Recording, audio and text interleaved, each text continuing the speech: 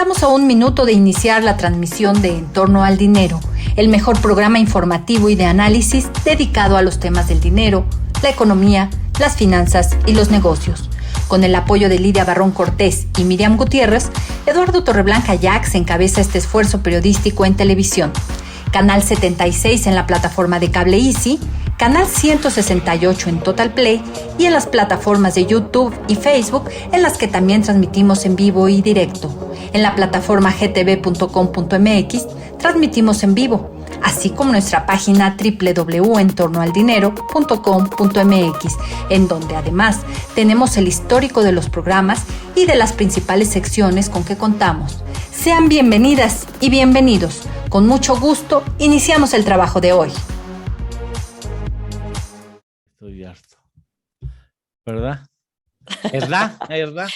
Hola. 6 de la mañana en punto. Qué sueño. Ya sé que tienes muchas ganas de trabajar hoy. Le comentaba ahí a mis compañeros que por alguna rara razón a la 1:30 me levanté, me desperté y ya no me pude dormir, pero no tenía sueño. Entonces me puse a ver cosas en las redes. A veces son tan tontas las cosas que ponen en las redes que te da sueño. Y no, en esta ocasión no fue posible. Pero ya llegó a las 6 de la mañana y entonces ya desde las 5:15 estoy aquí frente a la computadora diciendo a ver a qué horas comienza el programa. Me va a dar sueño, anticipé que me iba a dar sueño a las 6:05. Así es que de las 6:05 a las 8 tú te encargas, Lidia, por favor. Ahí te dejo el changarro. Sí, pero a una buena receta para dormir no tan son las redes sociales. El canal del Congreso es mejor. Qué mal. Hijo, espero que no te estén escuchando los compañeros que hacen el canal del Congreso, ni los legisladores tampoco te estén escuchando. Fíjate que curiosamente, si tú te das a la tarea de ver algunas transmisiones del canal del Congreso, hay cosas muy interesantes Sí, es de las cierto, que uno se perdón. entera, ahí, sobre todo Poquitas, pero sí.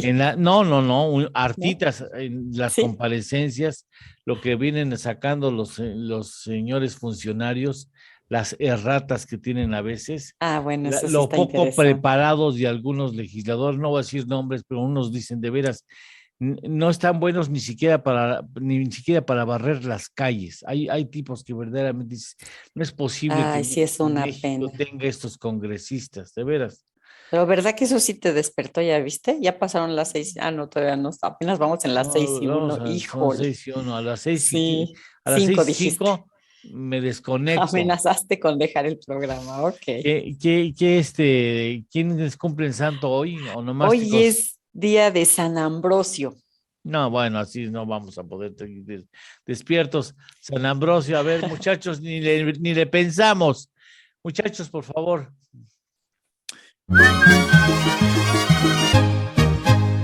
Muchas gracias. Vamos a la efeméride antes que den las 6:05. Sí, vamos de volada.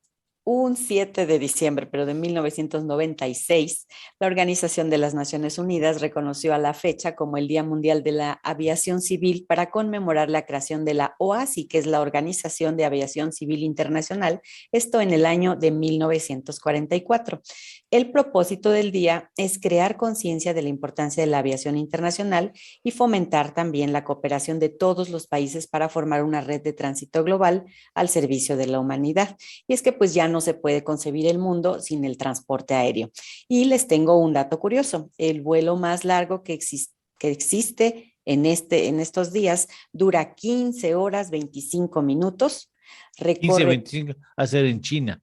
¿De aquí a China? Recorre ¿De dónde a dónde? 3.800 kilómetros y es entre las ciudades de Sydney, Australia, y Dallas, fíjate, en los Estados Unidos. ¿Tanto? Sí. ¿Tanto para ir a Dallas? Tanto, Lalo, Sydney de Sydney a Dallas son 13.800 kilómetros. Yo lo hice de San Francisco a Dallas. Sydney. ¿A Sydney? No. A Sydney. Yo decía, ¿a qué horas me bajo? La esquina Ya bajan. estoy harto de avión. No, además a mí me tocó en la noche, gran parte del viaje fue en la noche, con una tormenta, había unas tormentas. No, eso A mí sí me está de tocó miedo. junto al ala, junto al ala, y el ala parecía que el avión Sí, ya me estaba imagino. aleteando. Yo decía, ¿a No, qué hora no, se no. rompe esta Ay, porquería? no. Y Qué bueno, con horror. decirles que durante el viaje, que fue largo, largo, largo, largo, largo, durante 3 o 4 ocasiones hubo una caída ahí por De turbulencia. la turbulencia, que se nos cayeron a todo el café, lo que teníamos ahí líquido sobre la mesa, se nos vació de tan fuertes que fueron. Yo decía, no, esta más se va a caer, esta más se va a caer, No, se va a qué caer, se feo. va a caer, horrible, horrible. Y para acabarla de molar en la televisión, estaba La Máscara, me acuerdo muy bien, la Ay, película La no. Máscara, no decía, no, no pudieron haber Que escogido una quiten peor. eso. Sí, sí. Bueno, no, no, no, horrible, horrible. Yo de veras, nada más por eso, yo prefiero hacer una cosa que sea San Francisco, Hawái, ahí pasas una Ah, noche pues y sí. un día, Qué aunque sea encerrado rico. en el avión, digo, en el Ajá. hotel, y al día siguiente, porque no, írselo de un solo tramo es horrible, horrible, horrible. Fíjate. Pero Pues bueno, bueno. ya pasaron las 6:05, ahí aquí te encargo. Ah, bueno, A ahí ver, nos ¿qué vemos. sigue? ¿Qué sigue? Ah, también tengo el vuelo más corto, es entre dos ciudades de Escocia y dura 27 No, segundos. Ah, ¿verdad? 27 segundos. Sí, pero ay, por favor, o sea, ¿a qué horas? O sea, ya que está arriba, cuando Es en sube o cuando carretera, baja. no, 27 segundos, ¿cómo Ah, 27 sí segundos? es, ¿verdad?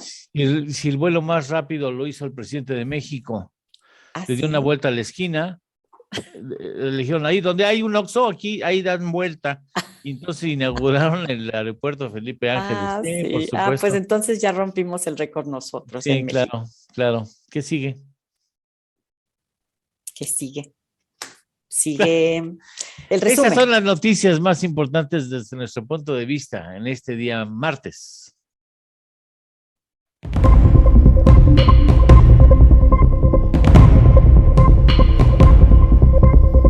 Aportación por $3.500 millones a Pemex, anuncia la Secretaría de Hacienda y Crédito Público. El presidente López Obrador anticipa que precios máximos del gas continuarán en 2022. Créditos fiscales para vehículos eléctricos podrían afectar inversiones en 8 estados del país, advierte la secretaria de Economía Tatiana Cloutier. La Asociación Mexicana de la Industria Automotriz alerta de una guerra comercial si se imponen aranceles a Estados Unidos por vehículos eléctricos. Reporta que ensamble de autos ligeros se desplomó 20% en noviembre por escasez de componentes. Confianza del consumidor registra aumento mensual de 1.7% en noviembre, su mayor avance en 8 meses, informa INEGI. Crecen 16% las fintech en México durante 2021. Es el segundo país con mayor número de empresas de este tipo en América Latina. Todos los viajeros a Estados Unidos desde los 2 años de edad deberán presentar prueba negativa de COVID-19 realizada el día anterior. México tiene interés en tratado de libre comercio de última generación con Corea del Sur, afirma la subsecretaria de Comercio Exterior, Luz María de la Mora. Aprueban en comisiones prohibir corridas de toros en la Ciudad de México. Uy, yo conozco a muchas gentes que se van a infartar con eso de las corridas de toros.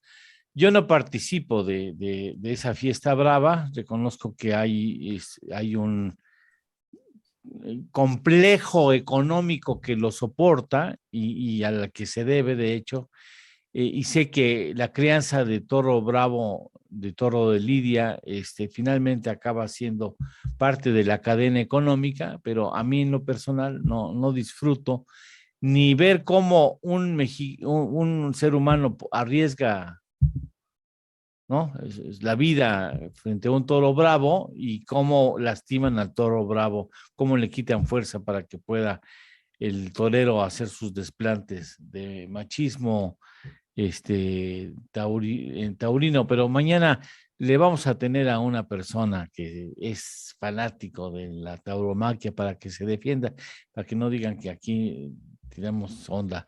Entonces ya son las 6:08, ya empecé, pero de todas maneras, vamos a ver qué es lo que dicen los encabezados de los diarios que circulan en la capital de la República Mexicana. Antes de que yo caiga dormido, Leti, ¿qué dicen los encabezados?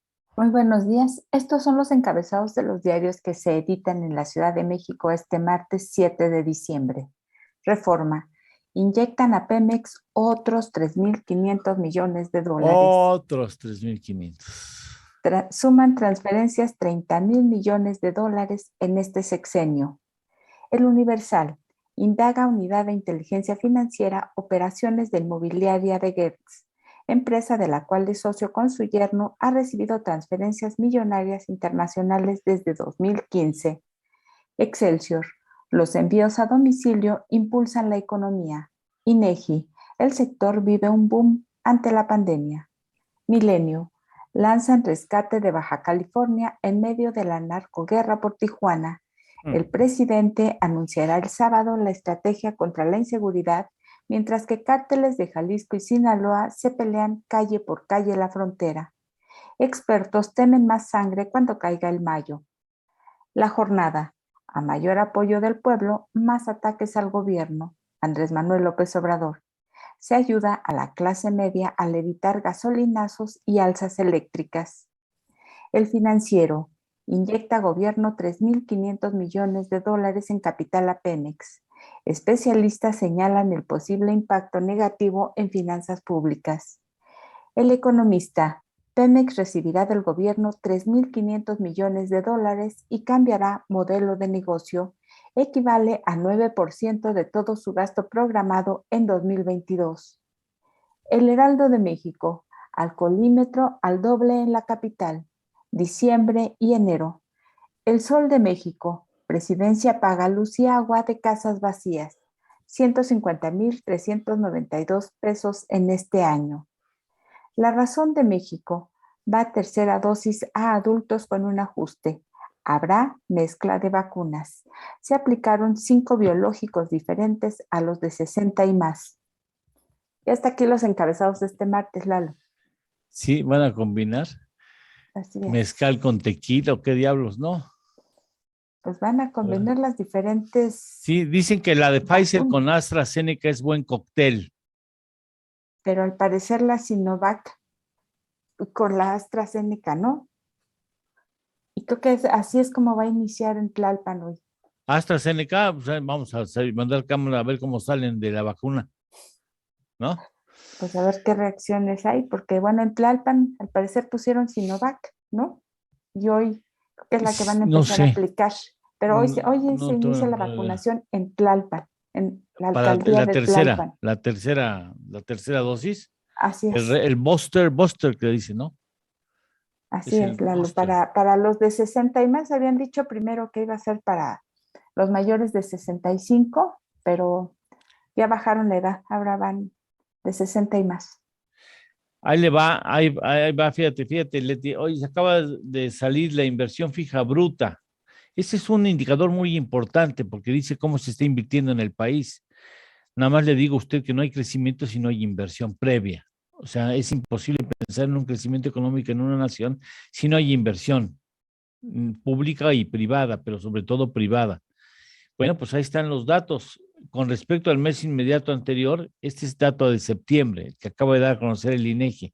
Con respecto al mes de agosto, hay una reducción en la inversión fija bruta de 1.6%.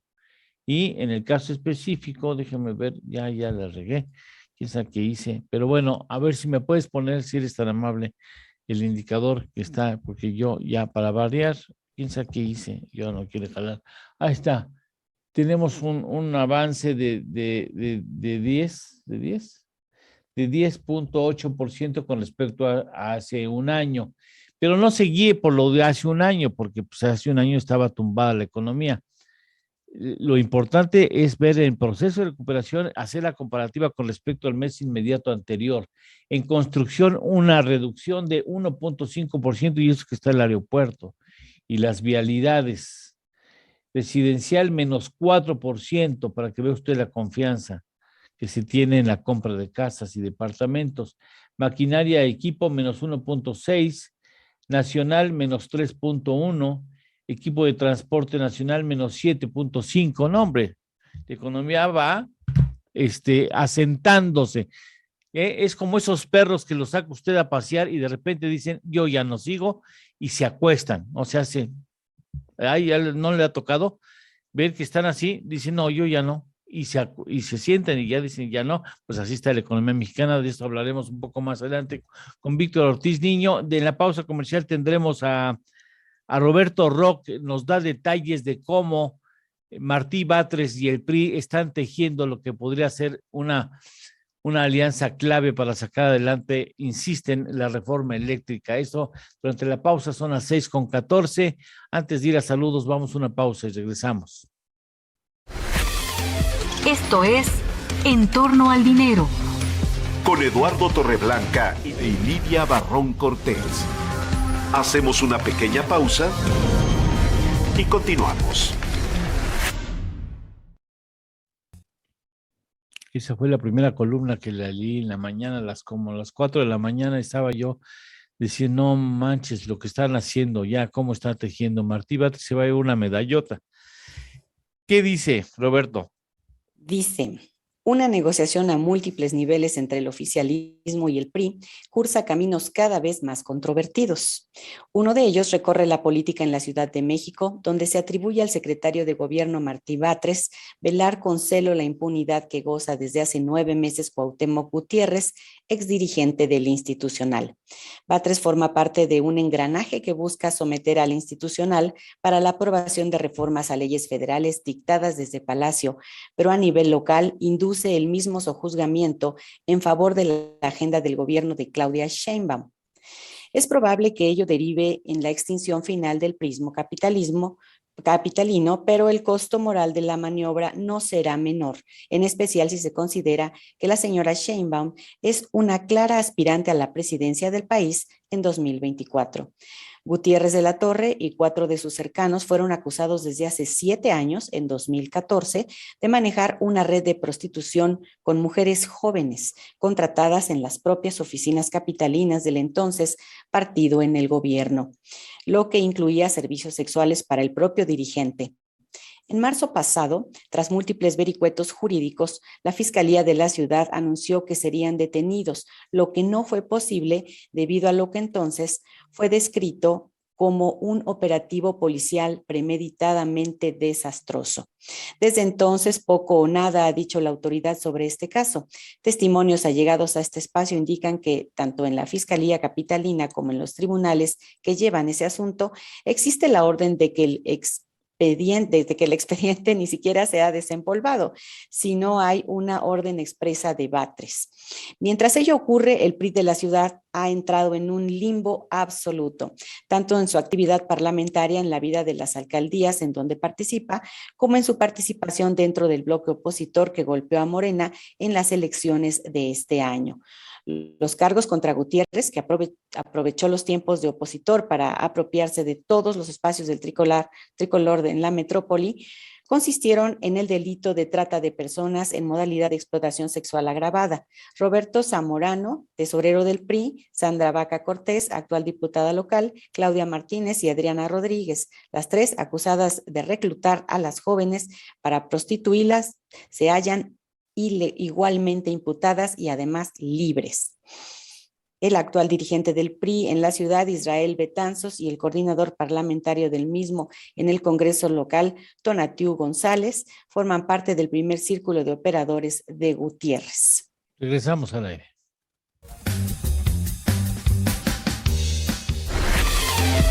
Ya estamos de regreso. Esto es En torno al dinero. Con Eduardo Torreblanca Llanes. Vamos a recorrer temperaturas. Aquí en Morelos, 14 grados centígrados. En Iztacalco, ¿cuánto, Juan Núñez? 10 grados, estamos a 10 grados. 10 grados, nos vas ganando, claro. No imitamos todavía a los canadienses ni a los residentes en Estados Unidos, porque tú, ¿cómo están en Texas? Estamos a 1 grado centígrado. A 1 grado. Sí, ya sin calefacción pues no podríamos subsistir. ¿No? ¿Está puesta la calefacción ahorita? Sí. ¿Y qué tal la cuenta? Esa está, pregúntale a mi marido. Que es el único que paga. Oye, No, a ver, dime, pero es el único que sé que ¿cuánto, también allá es bimestral o es mensual? es mensual.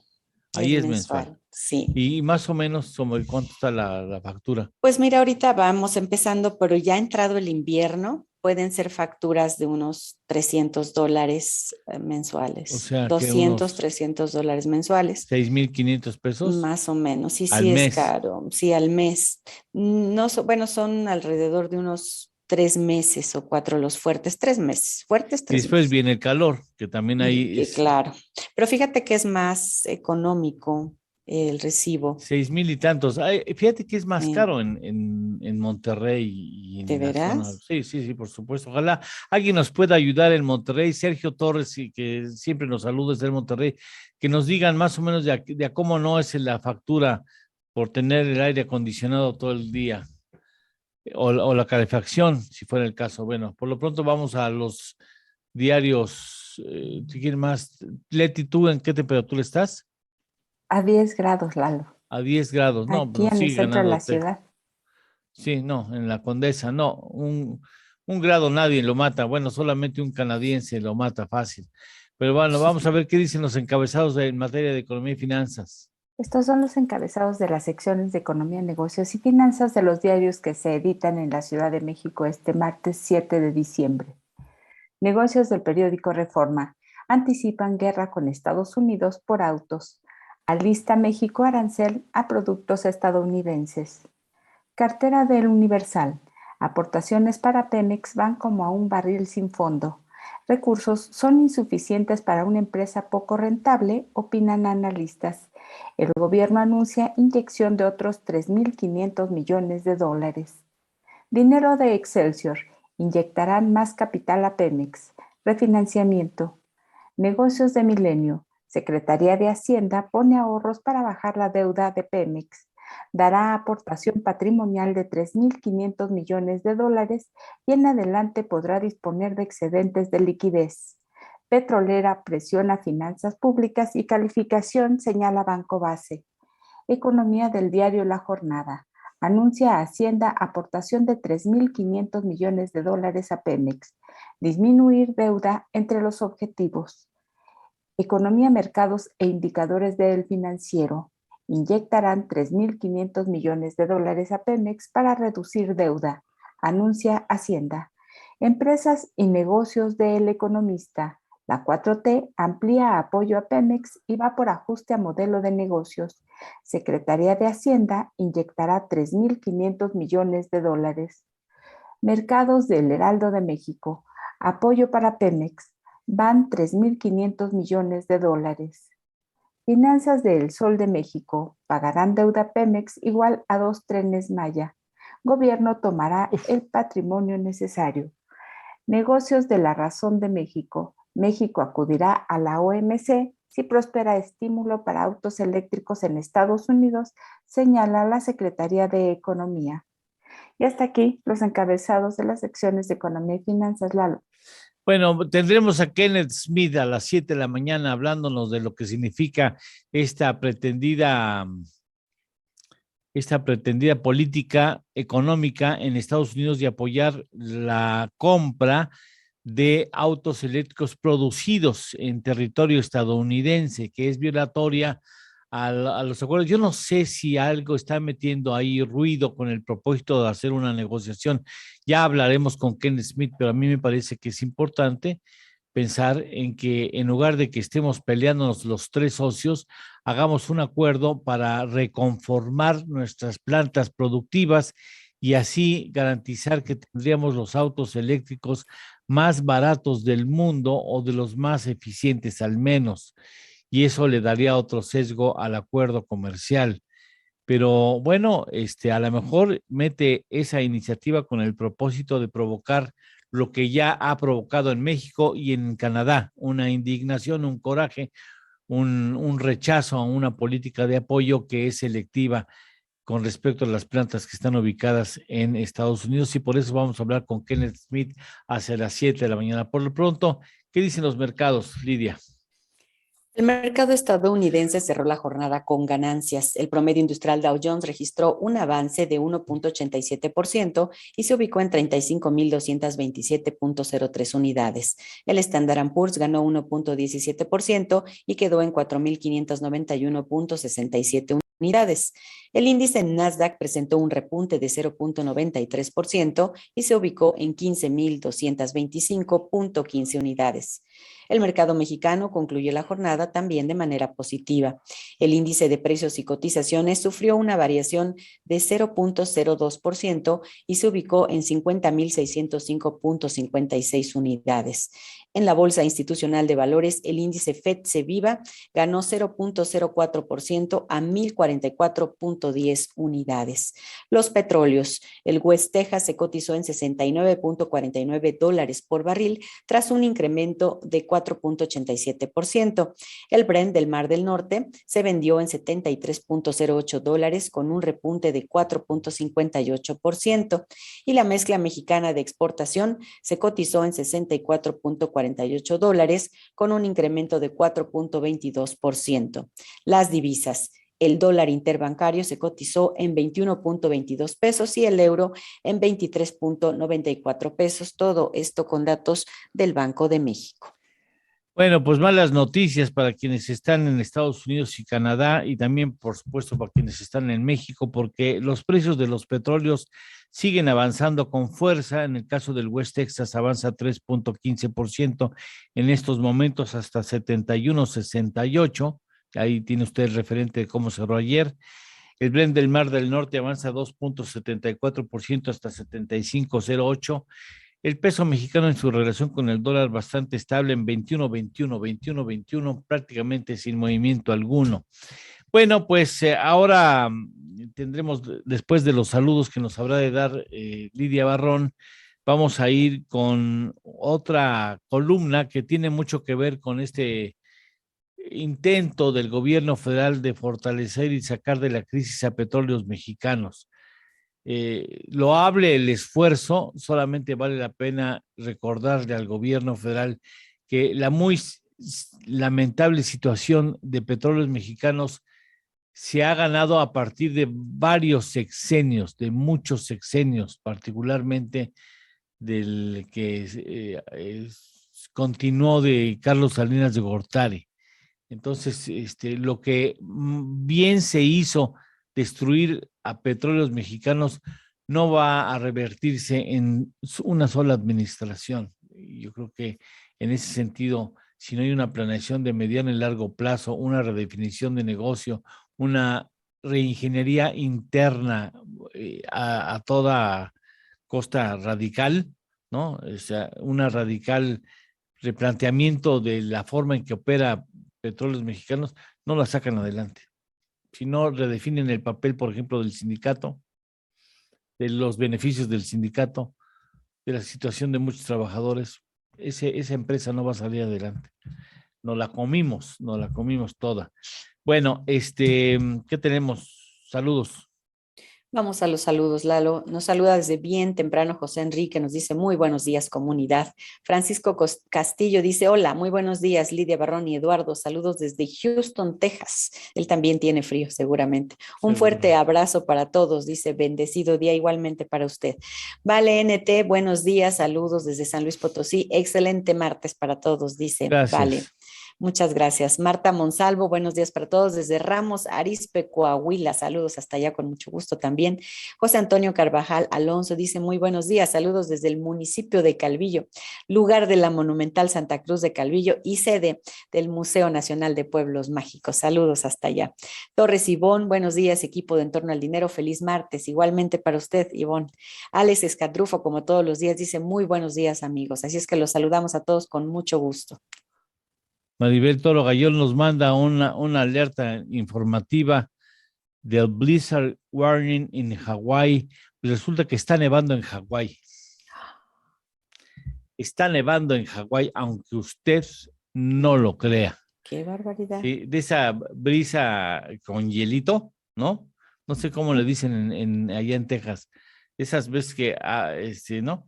Que Sí. sueltas algo de líquido y se hace hielito. Sí, lluvia helada, sí. Sí, bueno, pues sí, ya está nevando en Hawái para que usted no lo crea. Francisco, ¿hay algo hoy? Buenos días, sí, claro, tenemos saludos para Roberto Mejía, que nos ve desde la Jusco. Él dice que está a 4 grados, con sensación térmica de 2. Y también saludamos con gusto a Francisco Manríquez, que nos dice saludos a los saludos, equipo de Entorno al Dinero. También a Sergio Analco, que nos ve desde North Carolina. ¿Cómo está, Sergio? Pregúntale cómo está la temperatura allá en North Carolina. Dice que está Sergio, a 11 grados y a 52 Fahrenheit. Bueno, pues no está tan mal, ¿no? Sí, creo que no hace tanto frío ya. No, mejor que en Iztacalco. Sí, y también mejor que en el Ajusco. Y mejor que en Palacio. Sí, y también saludamos con gusto a Pedro Guerrero, que nos ve desde Monterrey. Son los saludos que tenemos. Muchas gracias a todos ustedes. Vamos a una pausa. En la misma vamos a tratar en las redes sociales el asunto que plantea Sergio Sarmiento, muy interesante, sobre nuestra capacidad eléctrica y que dice el gobierno ni picha, ni cacha, ni deja batear. O sea, no tiene capacidad para satisfacer la demanda interna, pero tampoco permite que los particulares lo hagan, generen electricidad limpia. Interesante el punto de vista de Sergio Sarmiento. Hacemos una pausa. Vamos con eso. Esto es En torno al dinero. Con Eduardo Torreblanca y Lidia Barrón Cortés. Hacemos una pequeña pausa y continuamos. Bueno, entonces, ¿qué dice Sergio Sarmiento Leti? Dice, México necesita construir 4,000 megavatios de capacidad de generación de electricidad al año para lograr un crecimiento económico de 2% anual. Se requerirá más si queremos crecer más. Deberá ser electricidad limpia y barata, de lo contrario, se convertirá en un lastre. Las empresas privadas no están invirtiendo por la incertidumbre jurídica creada por el propio gobierno. La Comisión Federal de Electricidad está proponiendo proyectos que no alcanzan ese objetivo, pero no los está concretando. Para utilizar una frase beisbolera, ni picha, ni cacha, ni deja batear. Las autoridades dicen que hay capacidad suficiente, pero mucha proviene de plantas viejas, contaminantes, ineficientes y caras. Si entra en vigor la reforma constitucional o si se mantiene la actual incertidumbre jurídica, habrá un peor servicio para los consumidores que sufrirán más apagones y dañinas oscilaciones de energía. La CFE tendrá que pagar más por la electricidad y deberá trasladar estos costos al consumidor o aumentar los subsidios a los consumidores. Señala, México tenía el 31 de diciembre de 2019, según el gobierno, una capacidad instalada de 79,599 megavatios para una demanda máxima de 50,000. Mucha de esta capacidad, sin embargo, es cara, ineficiente y contaminante. El 15.78% es térmica convencional, principalmente de combustóleo, y el 6.76% viene de carboeléctricas. Estas dos tecnologías, las más obsoletas y contaminantes, representan 17,942 megavatios. Lalo, hasta aquí llegamos con la columna de Sarmiento. Regresamos al aire.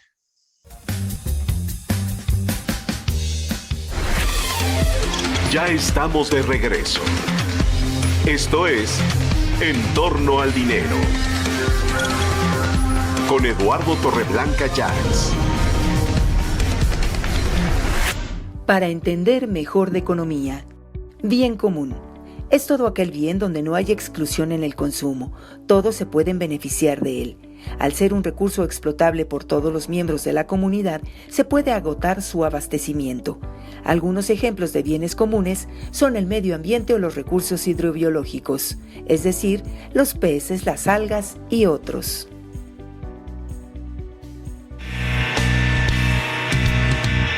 En torno al dinero. Y con ustedes, el análisis con Víctor Ortiz Niño.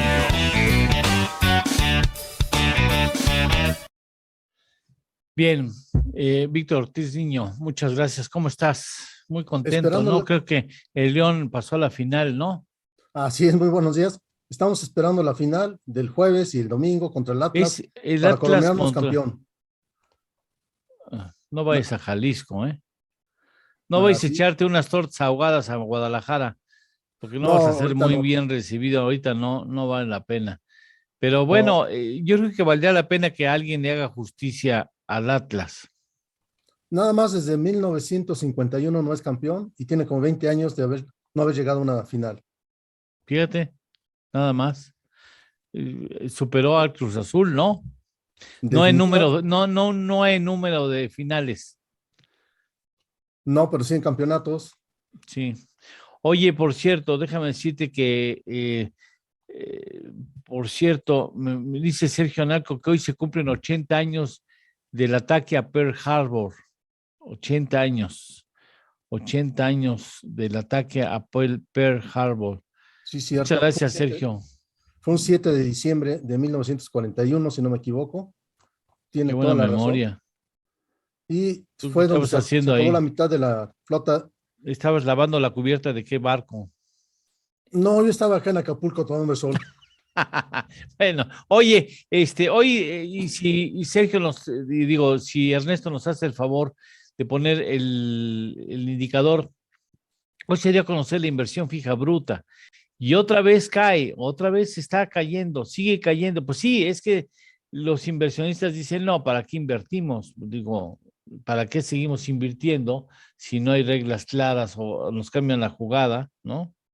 Sí, de hecho, si se fijan, hay caídas muy importantes con respecto al mes pasado, pero es del mes de septiembre. La información es del mes de septiembre.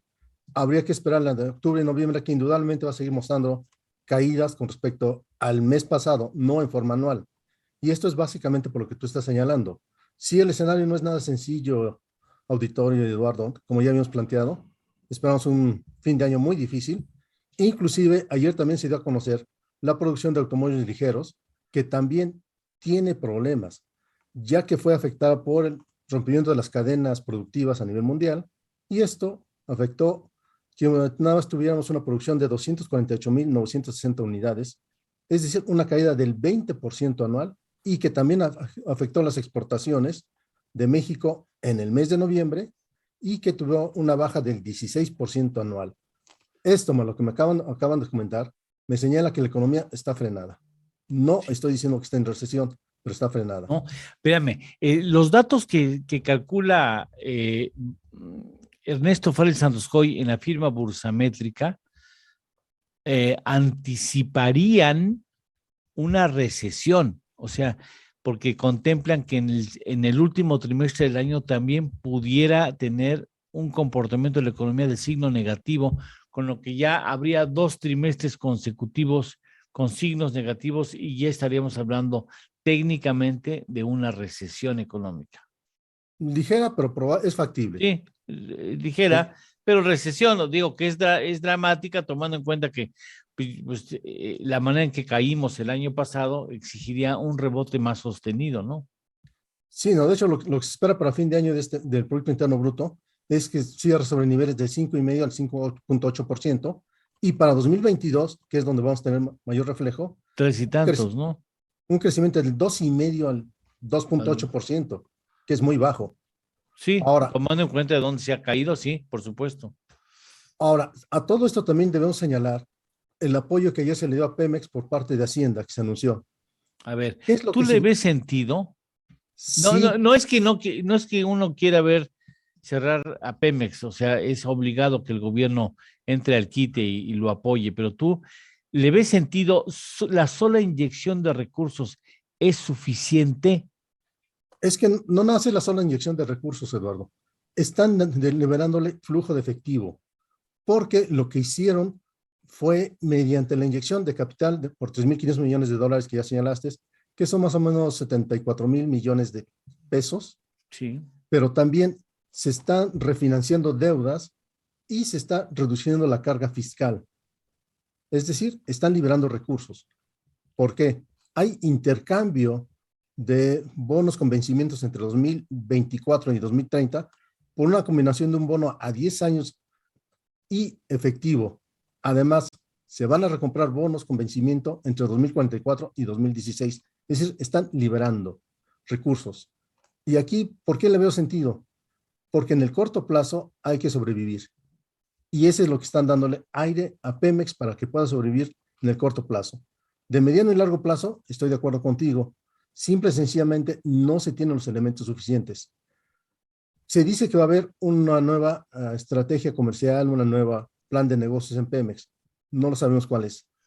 También se dice que va a haber coinversiones para aumentar la exploración y producción. No se sabe cómo. Se va a anunciar próximamente. Pero si estos anuncios se dan como los que estamos esperando en los planes de crecimiento de infraestructura, esperaremos años. Ahora, lo que sí estoy de acuerdo contigo es lo siguiente. Falta atacar el problema operativo que tiene la empresa, que es muy fuerte. Sí. Son plantas muy viejas, con poco mantenimiento, y desgraciadamente el personal no está muy motivado, que digamos. Sí, tampoco. Y también tenemos aquí que tenemos que tener un cambio en la estructura directiva de Pemex, poniendo a gente profesional que conozca del ramo. Sí, por supuesto. Que tenga experiencia. Empezando con el director, por supuesto, claro. Bueno, no sé qué tienes contra los agrónomos, conocen muy bien. No, bueno, está muy bien que se vaya al campo o que se vaya a producir fertilizantes, pero me parece que en estas circunstancias Pemex requiere de un financiero, ¿sí? Operativo. Al lado de una persona que sepa de materia petrolera y que entre los dos acuerden la estrategia para sacar a Pemex. De hecho, entre los corrillos es lo que se dice, que se busca ya cambiar al director de Pemex. Sin embargo, aquí entran las fuerzas políticas, como tú has señalado, básicamente sindicato, también nuestro señor presidente, la confianza que tiene, en fin, entre una serie de combinaciones que para mí, desgraciadamente, forman una tormenta perfecta, que si no se cuida, Pemex vamos a seguir teniendo problemas y vamos a tener que seguir inyectando recursos en el corto plazo para que sea viable en el mediano plazo, Eduardo y auditorio.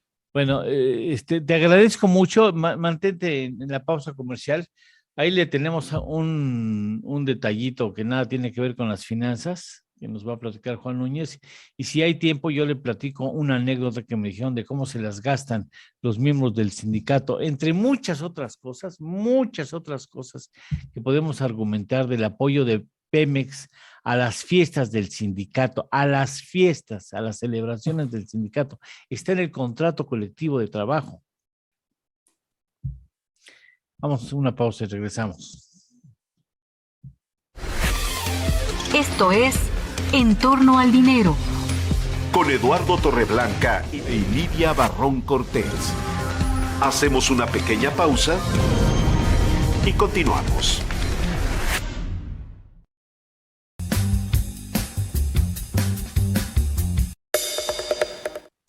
A mí me pasaron esto, en la petroquímica, pues se produce, digamos, una especie de, ¿qué sería? Hojuelas plásticas, ¿sí? En una especie de, no, el término no es correcto, pero una suerte de, lo que acabo de decir, unas... ¿Polímeros? ¿No son polímeros? Sí, polímero, pero en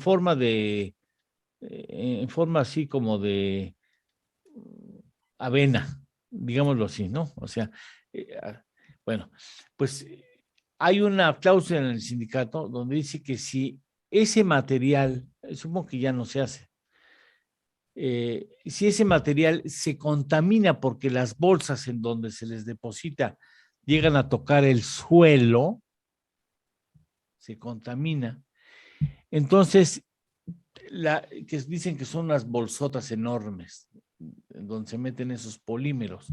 Esos polímeros se venden y después con eso se funden en maquinarias ya de los privados y de ahí salen productos, que no sé, pero a lo mejor pueden ser las botellas de plástico, algunas cosas así, ¿no? El caso es que pasaban los del sindicato e intencionalmente navajeaban las pacas de polímeros, ¿no? Del plástico, de la materia prima de plástico. Entonces pues, se caían, pues, obviamente se caen algunas, ¿no? No sé, un cuarto de kilo, pues se comprobaba, se traía alguien al responsable de la planta y se decía, mira, ya se contaminó. Entonces, toda la paca, toda, que dicen que eran unas bolsas enormes, todas al sindicato. Y el sindicato la vendía como, no, pues así, ¿cómo diablos le haces para que una empresa sea rentable? Cuando el sindicato está contribuyendo, ¿no? Para no hablar de las pinches fiestas, se me hace absurdo que Pemex esté comprometiéndose a otorgar, y no pocos millones de pesos, para que el sindicato tenga fiestas bien chidas, ¿no? No manches. Oye, Juan, ¿qué onda con el perro? ¿Sabes? Lo que pasa es que les iba a platicar que es Gunther VI, que es como se llama el perro más rico del mundo. Es un pastor alemán que ha saltado a los medios porque hace unos días vendió una propiedad que perteneció a Madonna en los años 90 con un valor de 31.75 millones de dólares. ¿Quién vendió la casa? El perro. ¿El perro vendió? Vendió la casa que había sido de Madonna en los 90. ¿El perro vendió?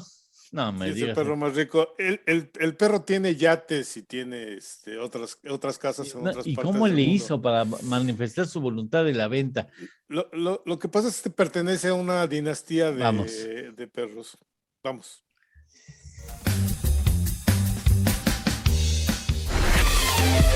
Ya estamos de regreso. Esto es En torno al dinero.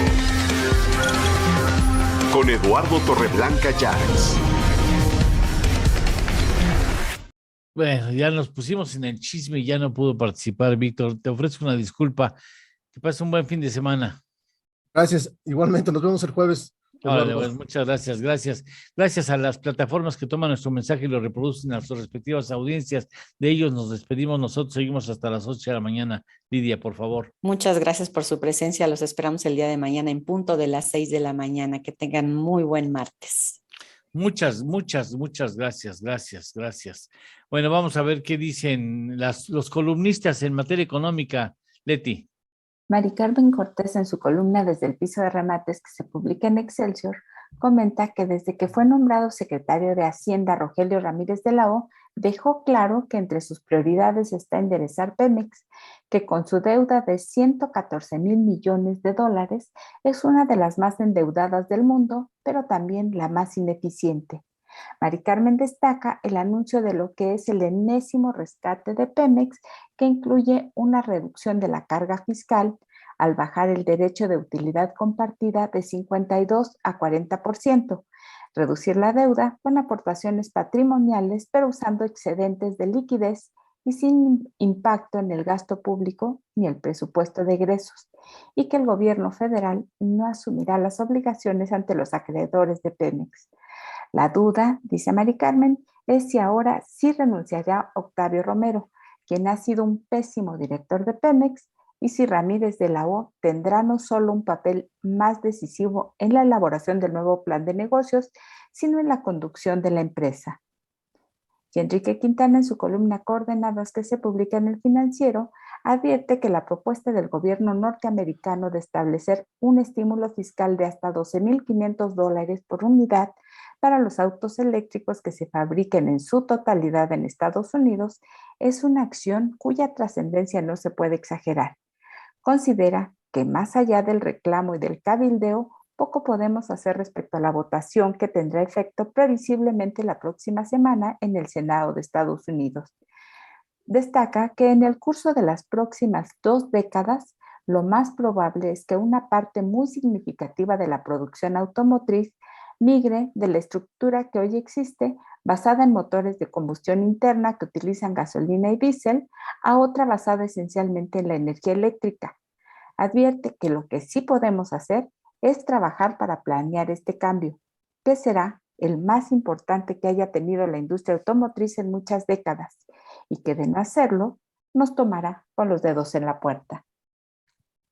Y hasta aquí esta primera parte de las columnas, Lalo. Sí, vamos a tener a Kenneth Smith Ramos en algunos minutos más aquí en este espacio para que nos explique qué se puede hacer en el caso de esta guerra automotriz que inicia Estados Unidos contra sus socios Canadá y México. Bueno, no es precisamente una guerra, pero al disfrutar o al planear el que se tenga el disfrute de beneficios que privilegian la producción de autos eléctricos en Estados Unidos, de alguna manera sí está introduciendo elementos que no están contemplados, o más bien que están contemplados como violatorios al TEMEC, y de eso nos va a platicar quien ayudó en la manufactura de ese acuerdo comercial. Mientras tanto, vamos con Sergio Sánchez, asuntos fiscales.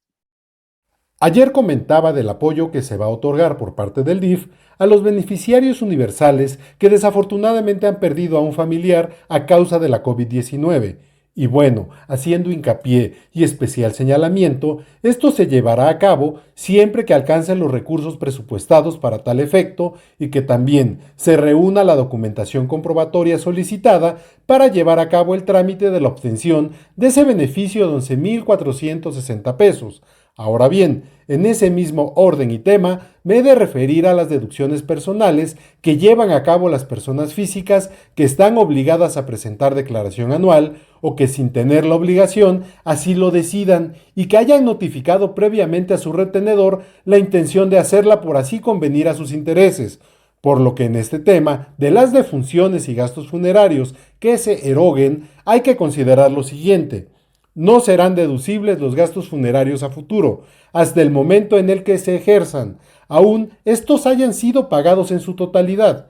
El importe por deducir será únicamente el equivalente a una UMA elevada al año, 32,693 pesos con 40 centavos para 2021. La deducción es procedente para gastos funerarios de su cónyuge o para la persona con quien vive en concubinato y para sus ascendientes o descendientes en línea recta. Desde luego, se deberá obtener el CFDI correspondiente pagado en el año calendario de que se trate.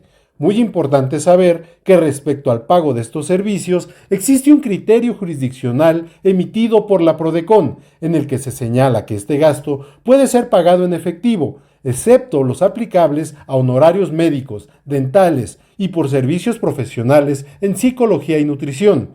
Así que a tener mucho cuidado con los gastos y la forma de pago, porque si la autoridad fiscaliza, nosotros debemos estar bien asesorados para defendernos.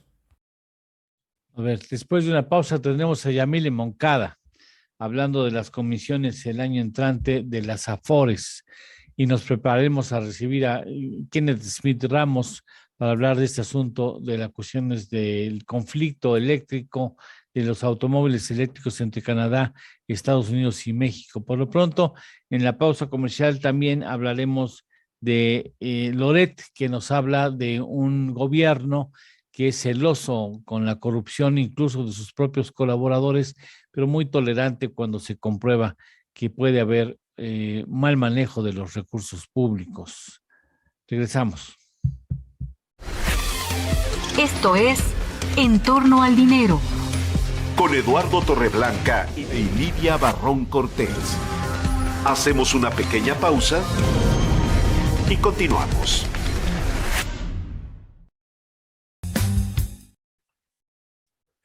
Bien, entonces, ¿qué dice Loret de Mola? Dice, el presidente reparte impunidad, así titula su columna. Fue una mañanera a la defensiva. El presidente López Obrador, arrinconado por las evidencias, tuvo que salir a justificar la corrupción de su secretario particular, de su fiscal general, de su SAR antilavado de dinero y de su nuevo encargado de repartir medicinas. El presidente, que prometió combatir la corrupción, tolera todas las corruptelas de su equipo, de su gabinete, de sus familiares. Justifica todo.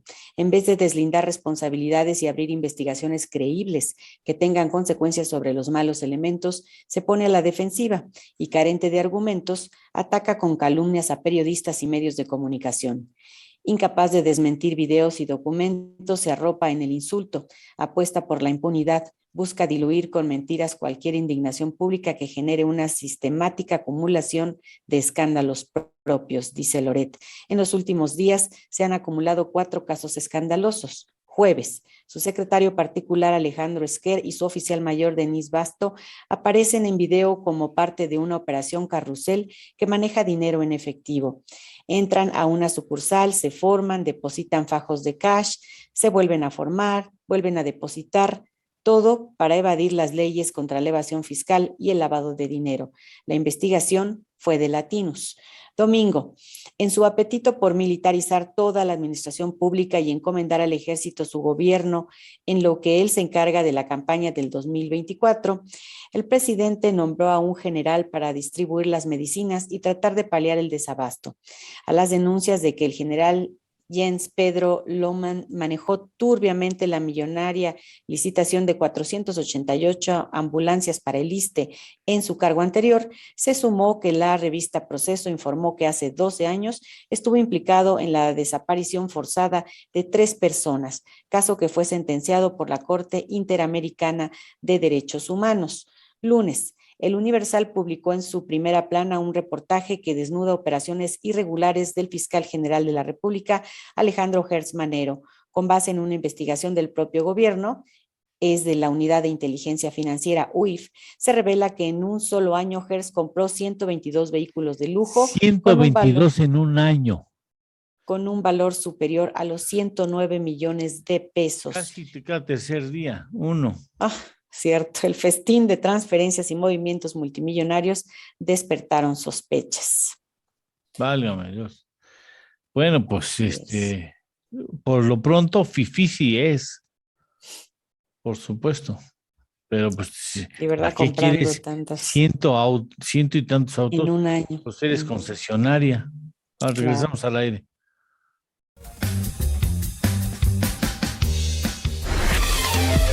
Ya estamos de regreso. Esto es En torno al dinero. Con Eduardo Torreblanca Llanes.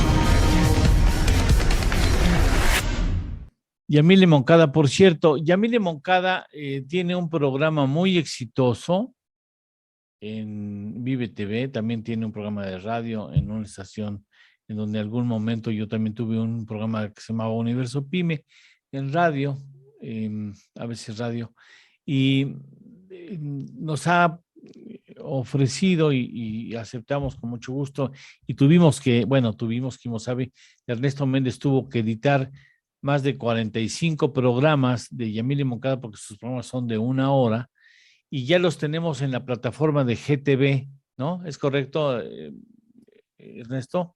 Sí, ajá. Se llama también, Ecosocial. Se llama Ecosociales, sí, por supuesto. Entonces ya puede usted consultar los 45 programas de Yamile Moncada en www.gtv.com.mx. Pero por lo pronto, hoy nos habla de las comisiones en las Afores a partir del 2022. Yamile, bueno.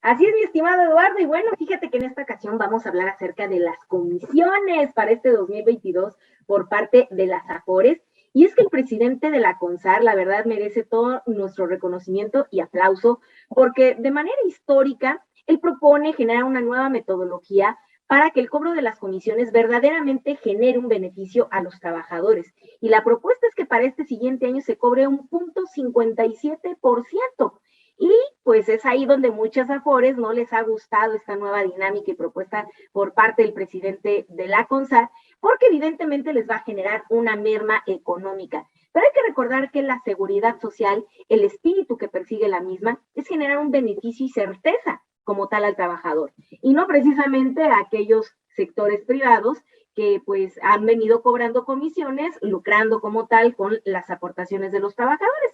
Por ello, por esta ocasión, y es de aplaudir, la CONSAR está determinando cobrar este tipo de porcentajes, donde te recuerdo un poquito que durante este año se cobró aproximadamente una comisión del 0.837%. Imagínate reducirlo a esta nueva propuesta por parte de la CONSAR. Evidentemente, pues ya hay muchas Afores que levantaron la mano y que no están de acuerdo. Sin embargo, fíjate que por parte del presidente de la CONSAR mencionó que para que las Afores puedan hacerle frente a esta nueva forma, metodología en la cual se cobrará para 2022 las comisiones para todos aquellos que contamos con una cuenta individual, mencionó que pues ya no es necesario que manden de manera física los estados de cuenta de Afore y que ahí podrían tener ahorros considerables, ya que podrían manejarlos de manera digital, enviarlos de manera digital y que coincido plenamente con el presidente de la CONSAR y hacer ahorros considerables.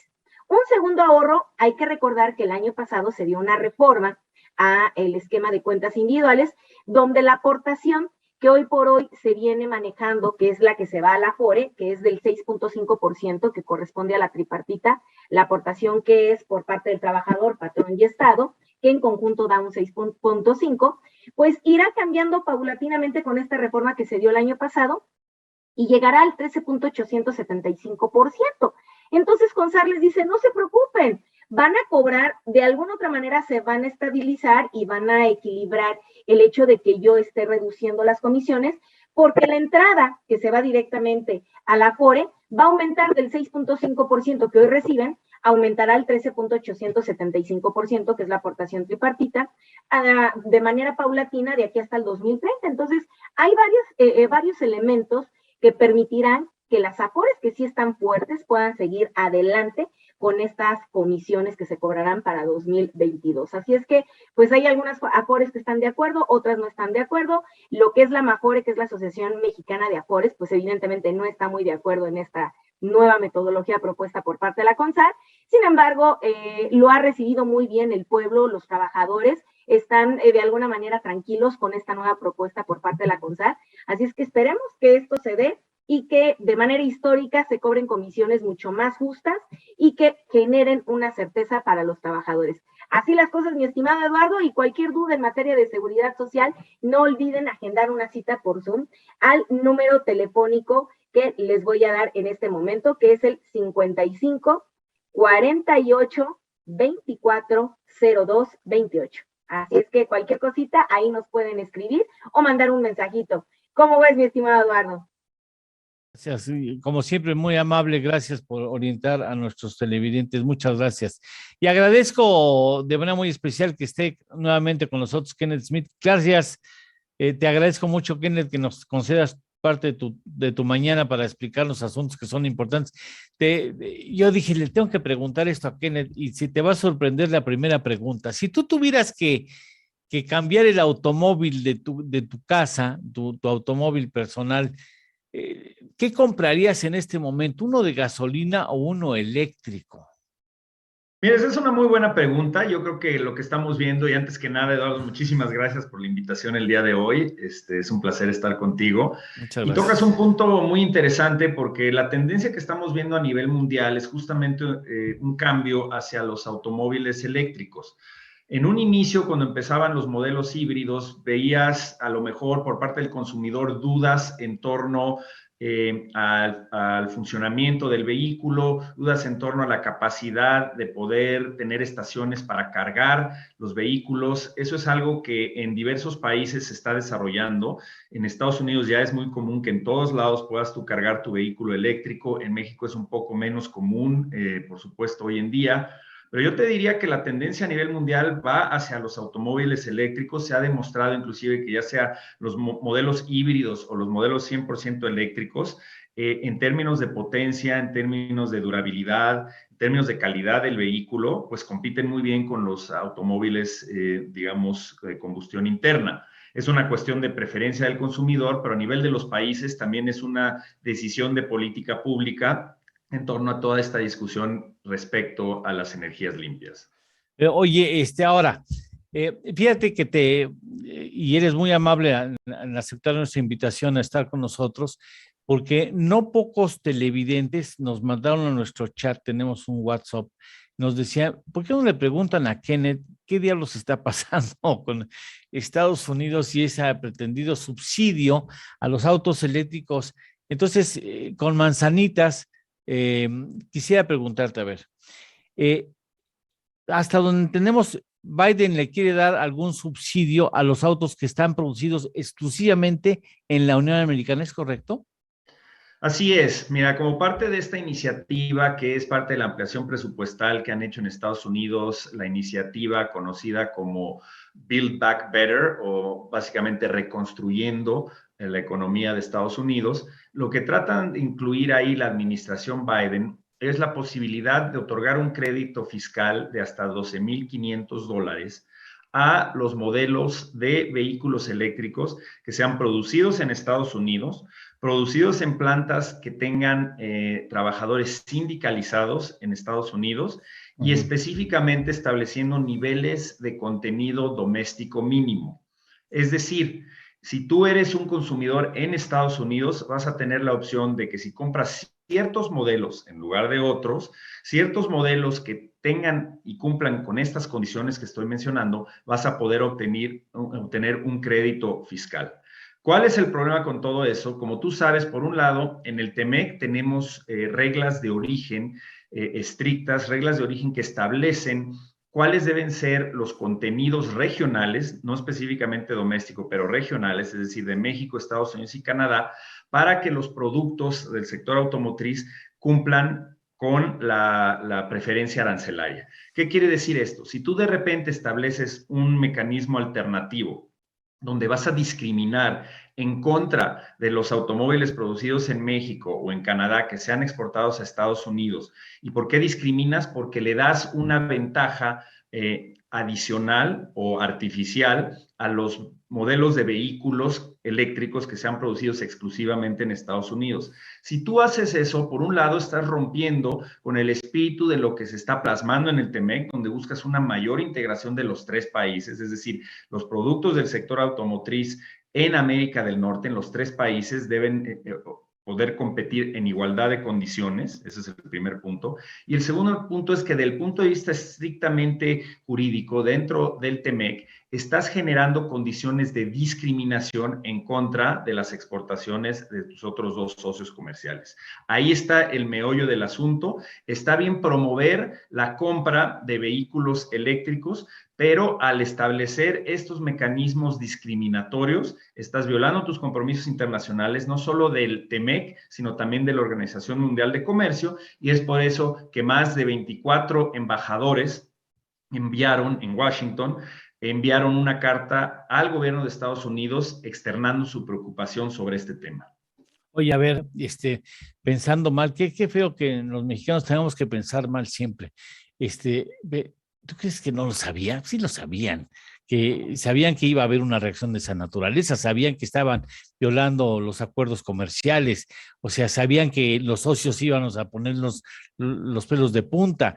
No puede haber algo atrás de, o la obligación de sentarte a negociar algo, una respuesta por la reforma eléctrica, por ejemplo, el que de esto lo que va a surgir es que haya un plan entre tres países para producir con estímulos fiscales en los tres países, para comprar los automóviles que los tres países producen. ¿No hay plan con maña? ¿Podría pensarse en plan con maña? Mira, es imposible saberlo en este momento. Lo que sí te puedo decir es que hay que entender que la administración Biden, el presidente Biden, está operando en diversas pistas al mismo tiempo. Y por eso me refiero, por ejemplo, a la presión política doméstica que tiene en Estados Unidos. Hay un sentir, un empuje de nacionalismo económico en Estados Unidos que no se fue con la salida del presidente Trump, sí, donde un gran porcentaje de la población y por lo tanto de los gobernadores de los estados, de los congresistas, representantes y senadores, para impulsar estas medidas de Buy American. Buy American es el concepto que sustituye al concepto de Trump de Make America Great Again, y lo que está haciendo es básicamente tratando de favorecer a través de medidas legislativas la compra de productos domésticos. Por otro lado, la otra pista en la que está operando la administración Biden es, por supuesto, la pista internacional en materia de relaciones exteriores con todos sus socios comerciales y en particular dentro del TEMEC. Entonces, por un lado tienes la cumbre de líderes de América del Norte, donde se reitera el compromiso de empujar hacia una mayor integración económica en la región, en donde buscas fortalecer las cadenas de valor, tratar de atraer inversión de Asia, por ejemplo, en semiconductores a América del Norte para ya no depender de los insumos esenciales del continente asiático, pero al mismo tiempo que estás generando esta agenda de cooperación y de implementación correcta del TEMEC, tienes que tratar de satisfacer estas presiones domésticas para estar en una posición más sólida hacia las elecciones intermedias que vienen en noviembre del 2022. Y esto te genera incongruencias hasta en cierto punto, porque no puedes compaginar los compromisos del TEMEC con estas presiones políticas domésticas. Sí, él cumple presentando, él cumple lanzando la pichada, y ya si no se la rechaza la circunstancia, pues ya no es cosa de él. O sea, él políticamente lanza la pelota como debe de lanzarla, y políticamente pensando en su beneficio, por supuesto, y ya aún sabiendo que se la van a ponchar, ¿no? Y ahora, la reacción de los países fue muy rápida. O sea, tienes estos 24 embajadores que envían la carta señalando las violaciones específicas que podría tener a los compromisos internacionales. Hay que entender que la iniciativa no está aprobada todavía. Se aprobó una versión en la Cámara de Representantes.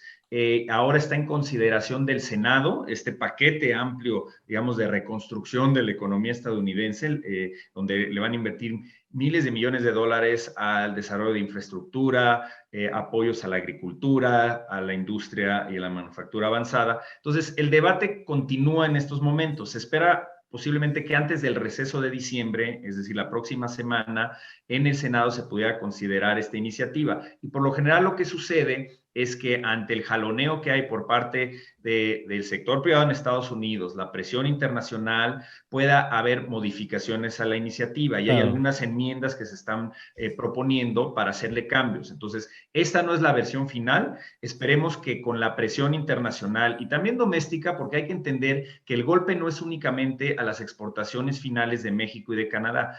El sector de autopartes de Estados Unidos, que le provee insumos a la producción de vehículos en México y en Canadá, también se va a ver afectada. Es decir, estamos tan integrados que si tú le pegas a la exportación de vehículos mexicanos a Estados Unidos, le pegas a toda la cadena, y esa cadena también lesiona a los autoparteros de Estados Unidos. Lo mismo con los autoparteros de Estados Unidos que exporten productos a Canadá y que luego se vayan a ver esas exportaciones finales restringidas, ¿no? Entonces, del punto de vista económico no hace mucho sentido. Del punto de vista político, obviamente ya mencionamos las razones por las cuales la administración Biden está empujando esto.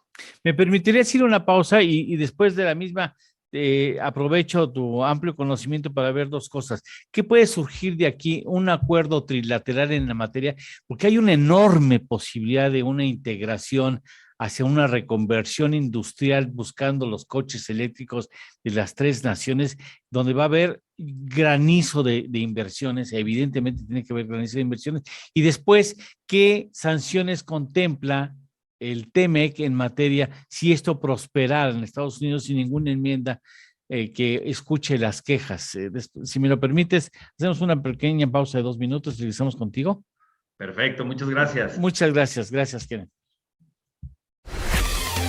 Esto es En torno al dinero. Con Eduardo Torreblanca y Lidia Barrón Cortés. Hacemos una pequeña pausa y continuamos. ¿Te lo habían dicho de que venía esto? Mira, en realidad sabíamos que hay todo un impulso de la administración Biden para empujar las energías limpias, para, digamos, favorecer a los vehículos eléctricos. Ya se había escuchado que buscaban incentivos para fortalecer la producción en Estados Unidos, y donde empezamos a ver, digamos, estas presiones fue en septiembre, porque al hablar, digamos, en diferentes discursos que tuvo el presidente ante los sindicatos, en las regiones muy sindicalizadas del Midwest de Estados Unidos, se hablaba ya de fortalecer al sector automotriz de alguna manera. Fue hasta que presentan esta iniciativa en la Cámara de Representantes, donde viene ya el detalle de los créditos fiscales, el favorecer a la producción de vehículos producidos con trabajadores sindicalizados. Hay que entender que en el norte de Estados Unidos hay mucha presencia de sindicatos, no tanto en el sur, donde también se producen vehículos. Entonces, este sesgo, digamos, para satisfacer por razones políticas a los sindicatos es lo que está buscando la administración Biden, y obviamente ya se veía venir algún problema, además del que ya hemos puesto sobre la mesa, como el que puso el gobierno de México sobre la mesa, que es el tema de las reglas de origen del sector automotriz en TEMEC. Oye, porque, bueno, hay una oportunidad en este esfuerzo norteamericano por producir coches eléctricos y ya no vender más de combustión interna. Hay una enorme posibilidad de una inversión importantísima para reconvertir las plantas, ¿no? En los tres países. No, definitivamente. Ahora, hay que entender que los vehículos eléctricos no van a sustituir de la noche a la mañana a los vehículos de combustión interna.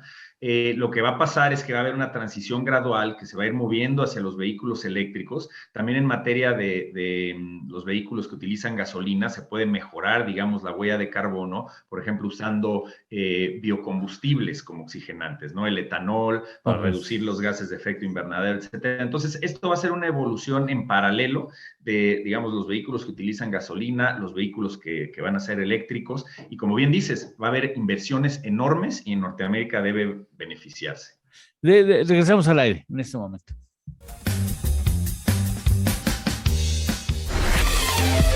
Ya estamos de regreso. Esto es En torno al dinero. Con Eduardo Torreblanca Llanes.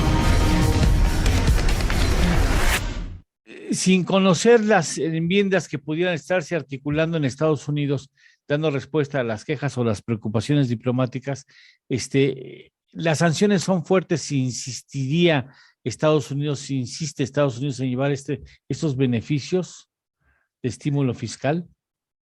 Sí, mira, si se aprobara como está plasmado hoy en día en la iniciativa que van a considerar en el Senado, los países miembros del TEMEC, aquí en este caso México y Canadá, podrían solicitar consultas a Estados Unidos, poner sobre la mesa la preocupación y los argumentos de por qué la medida sería violatoria del TEMEC. Si esto no se resuelve, entonces hay la posibilidad de iniciar un panel arbitral, sería un panel Estado-Estado bajo el mecanismo de solución de disputas entre estados del TEMEC, y lo que el panel podría determinar es el monto del daño, primero, si en efecto las medidas son violatorias, y segundo, el monto del daño que esto le ocasionaría o le estaría ocasionando a las exportaciones mexicanas. Por ponerte una cifra, si nos afecta en un monto de $4,000 millones, por poner una cifra bastante alta, pero que corresponde con digamos, las cifras de más de $70,000 millones que tenemos de comercio en el sector automotriz. Si hubiera una afectación de esa magnitud, México podría entonces tomar represalias, ya con la anuencia del panel, en contra de las exportaciones de Estados Unidos de cualquier sector, por ese monto que acabo de mencionar. Entonces, sí son medidas que pueden ser muy dañinas, en este caso para Estados Unidos, porque podría afectar sus sectores de exportación de mayor auge. Oye, ¿podemos ir con Canadá juntos? ¿O cada quien tiene que ir por separado?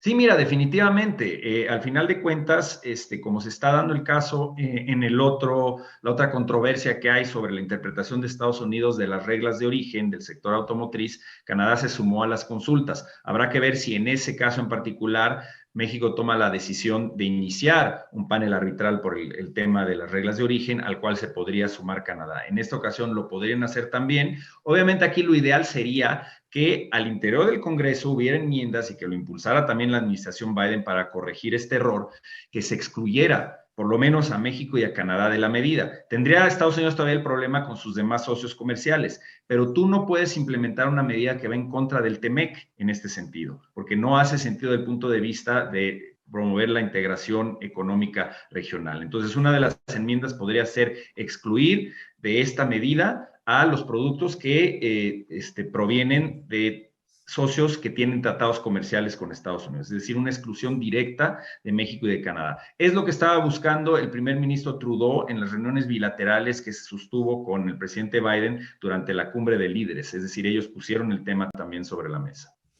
Y no se antojaría, claro, eso escapa a la cuestión estrictamente hablando legal del TEMEC, pero no se antojaría que nos sentáramos y dijimos, a ver, vamos a trabajar de manera conjunta para estímulos en las tres naciones y beneficios para los autos producidos en la región de contenido. O sea, es como que hay muchas posibilidades que esta insistencia norteamericana puede provocar en beneficio de Canadá y de México, ¿no?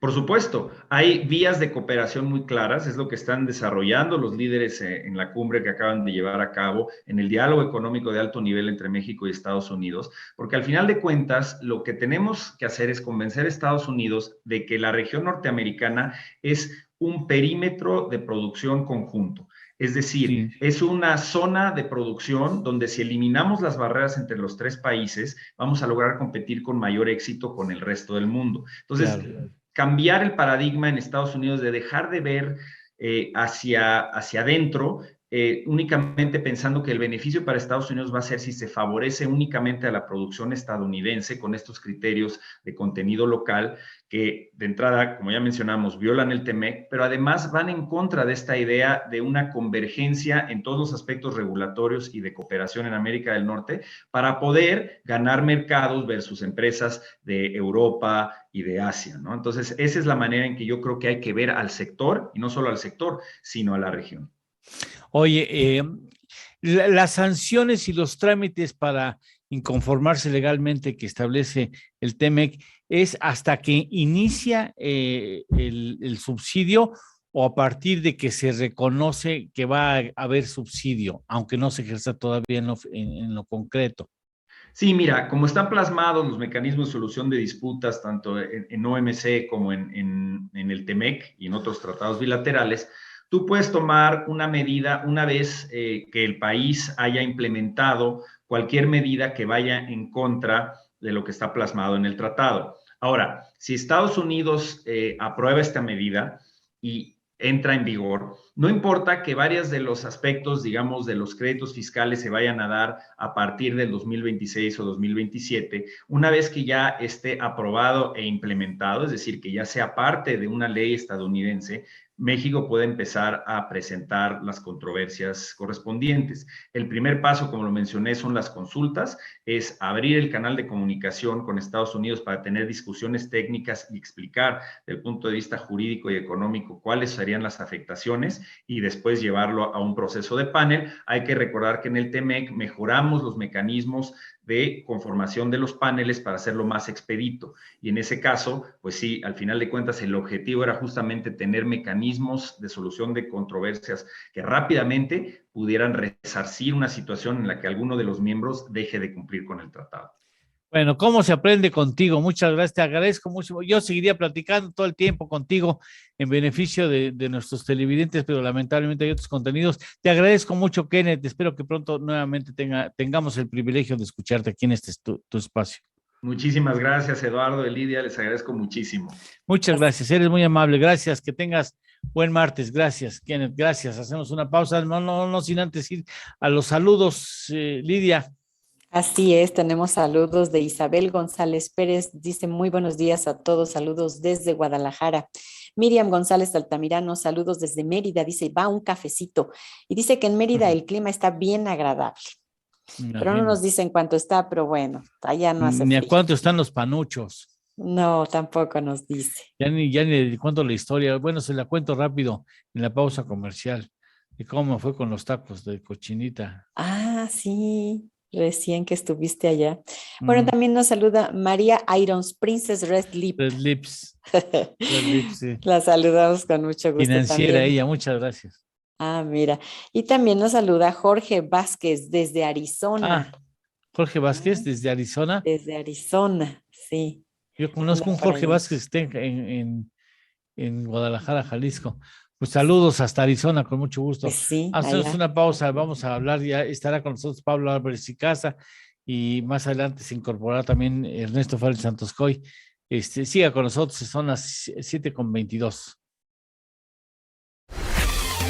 Esto es En torno al dinero. Con Eduardo Torreblanca y Lidia Barrón Cortés. Hacemos una pequeña pausa y continuamos. Y bájale tantito. ¿Sí? Sí, se me fue el avión, ¿eh? No sé por qué pensé que yo era la inflación. No. Es hasta el jueves. Sí, pero bueno, salió en inversión fija bruta con una contracción. Sí, y la tendencia a la baja es lo preocupante, ¿eh? Sí, por supuesto. Se va acusando la baja, ¿no? Sí. Va acusándose la baja. Porque bueno, si ves el anual, son ganas de ver las cosas a fuerzas con bonitos ojos, ¿no? Pero si la ves mensual, pues híjole. Sobre todo que fueron 22 meses de contracción antes de que llegara ya considerando la pandemia, fueron 22 meses de contracción de la inversión fija bruta. Pues es que la gente va a decir, no, yo no invierto, después va a haber cambio de reglas. No, ¿para qué te metes dinero? Después te andas peleando. Fíjate que la gráfica que publica INEGI en su boletín son muy claras, porque ellos publican el dato mensual, pero publican la línea de tendencia. Sí, y es abajo. Y la línea de tendencia ya lleva varios meses a la baja. Qué terrible. No, bueno, es que no estamos creando las condiciones de certidumbre que requiere un inversionista para entrarle, ¿no? Sí, efectivamente. Qué bárbaro, cómo es bueno Ken Smith, ¿verdad? Pues es que está metido en ese ajo desde hace años, ¿no? Entonces yo creo que hay gente que ya es experta en la materia y creo que es muy Tiene bueno. México buenos negociadores y buenos expertos en materia de acuerdos comerciales. Sí. También está ahí, bueno, pues obviamente Cuauhtémoc, ¿cómo se llama? Blanco, Herminio Blanco. Sí, él es de una generación más reciente, ¿no? Y sí, regresamos. La gente que estuvo en ese tema sí es muy buena. Regresamos.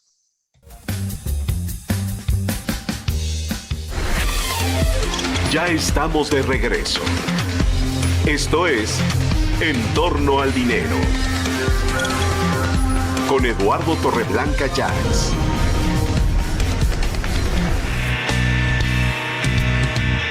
En torno al dinero.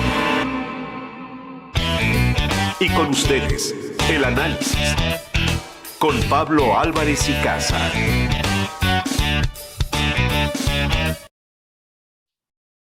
Buenos días, Pablo Álvarez y Casa. ¿Qué nos quieres hablar? Hoy salió la inversión fija bruta, pero también podemos hablar de la inflación en el mundo y en México. O podemos hablar, si es así, yo te pediría que fuera en la parte última de tu colaboración, lo del rescate a Pemex, ¿no?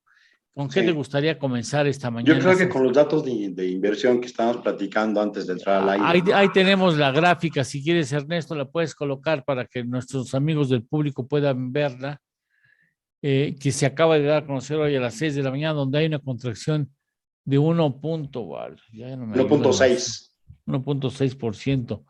Si lo ve mes con mes, ¿no? Mes tras mes, si lo ve anual, pues obviamente pues hay un avance. Ya son ganas de ver las cosas. Sí, los datos, como lo comentábamos, son preocupantes porque ya lleva una tendencia de baja. Entonces, pareciera ser que el rebote que teníamos por el efecto estadístico de la pandemia se agotó y que hay un ambiente de incertidumbre y desconfianza para invertir. Pero también están otros problemas que, sobre todo los inversionistas extranjeros han señalado mucho, que es la falta de claridad de las reglas, la inseguridad y el ambiente de negocios que sienten desfavorable, ¿no? La semana pasada el embajador de la Unión Europea fue muy claro con el tema de la reforma de electricidad, la reforma energética, señalando que sí había una afectación grave a inversiones de energía renovable de varios países europeos y que eso podría modificar los términos de la relación con México, ¿no? O sea, una amenaza velada de que podría haber represalias, ¿no? Bueno, pues sí, y qué bueno que habla bien el español, porque no es que se haya equivocado. No, pues ahí está claramente. Ahora, como tú decías, sí vale la pena que nos explicaras que el INEGI no solamente da el dato, y ahorita yo lo busco y te lo pongo en la pantalla para que lo puedan apreciar también nuestros televidentes. Sí, la inversión fundamentalmente se compone de maquinaria, equipo y de construcción. Y la maquinaria, equipo y materiales es importada y nacional. O sea, INEGI nos va dividiendo los componentes. Lo que es claro, por ejemplo, en la construcción, es que sí está habiendo una recuperación, pero muy moderada que en cualquier momento se puede revertir, sobre todo con el alza de las tasas de interés, porque la construcción es un sector muy sensible al costo del dinero, ¿no? Entonces eso digamos, es una señal de alerta. Pero en el caso de maquinaria y equipo, la tendencia sí es a la baja. Esa es la gráfica.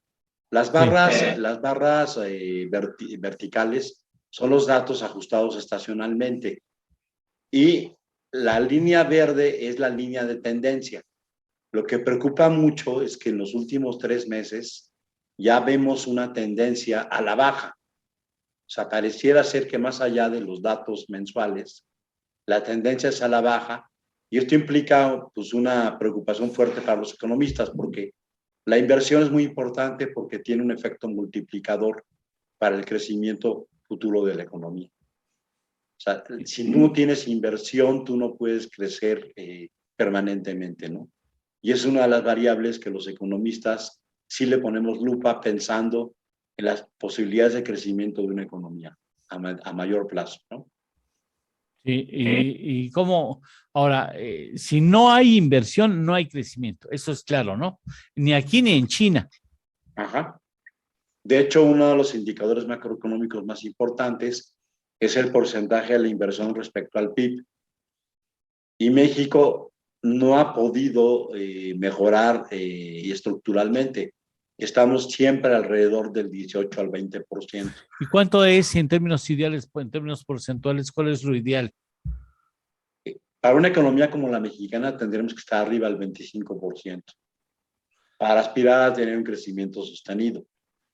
Ahora, el gobierno no lo, ni aquí ni en China, lo repito, el gobierno es el que provoca el crecimiento, la inversión es privada fundamentalmente, ¿no? Sí, ahora en caso de China, por ejemplo, y países asiáticos, estos porcentajes en la década de los 90 llegó a estar a niveles del 40%. O sea, había un esfuerzo concentrado de los gobiernos de Corea, de China, de todos países, de invertir fuertemente, ¿no? Y los resultados de esa fuerte inversión se reflejaron en elevadas tasas de crecimiento. Sí. Entonces sí hay una asociación fuerte, ¿no? ¿Y cómo sientes el asunto de Pemex, el apoyo que le da el gobierno mexicano a Pemex? Mira, ahí es un problema de que el gobierno no lo puede dejar de dar porque si no, Pemex se hunde financieramente, pero lo que preocupa mucho es que Pemex tenga que estar recurriendo recurrentemente al apoyo gubernamental para poder salir a flote. Entonces, hay un tema ahí que comienza a ser una preocupación donde algunos analistas comienzan a considerar que Pemex está comenzando a convertirse en un lastre para las finanzas públicas.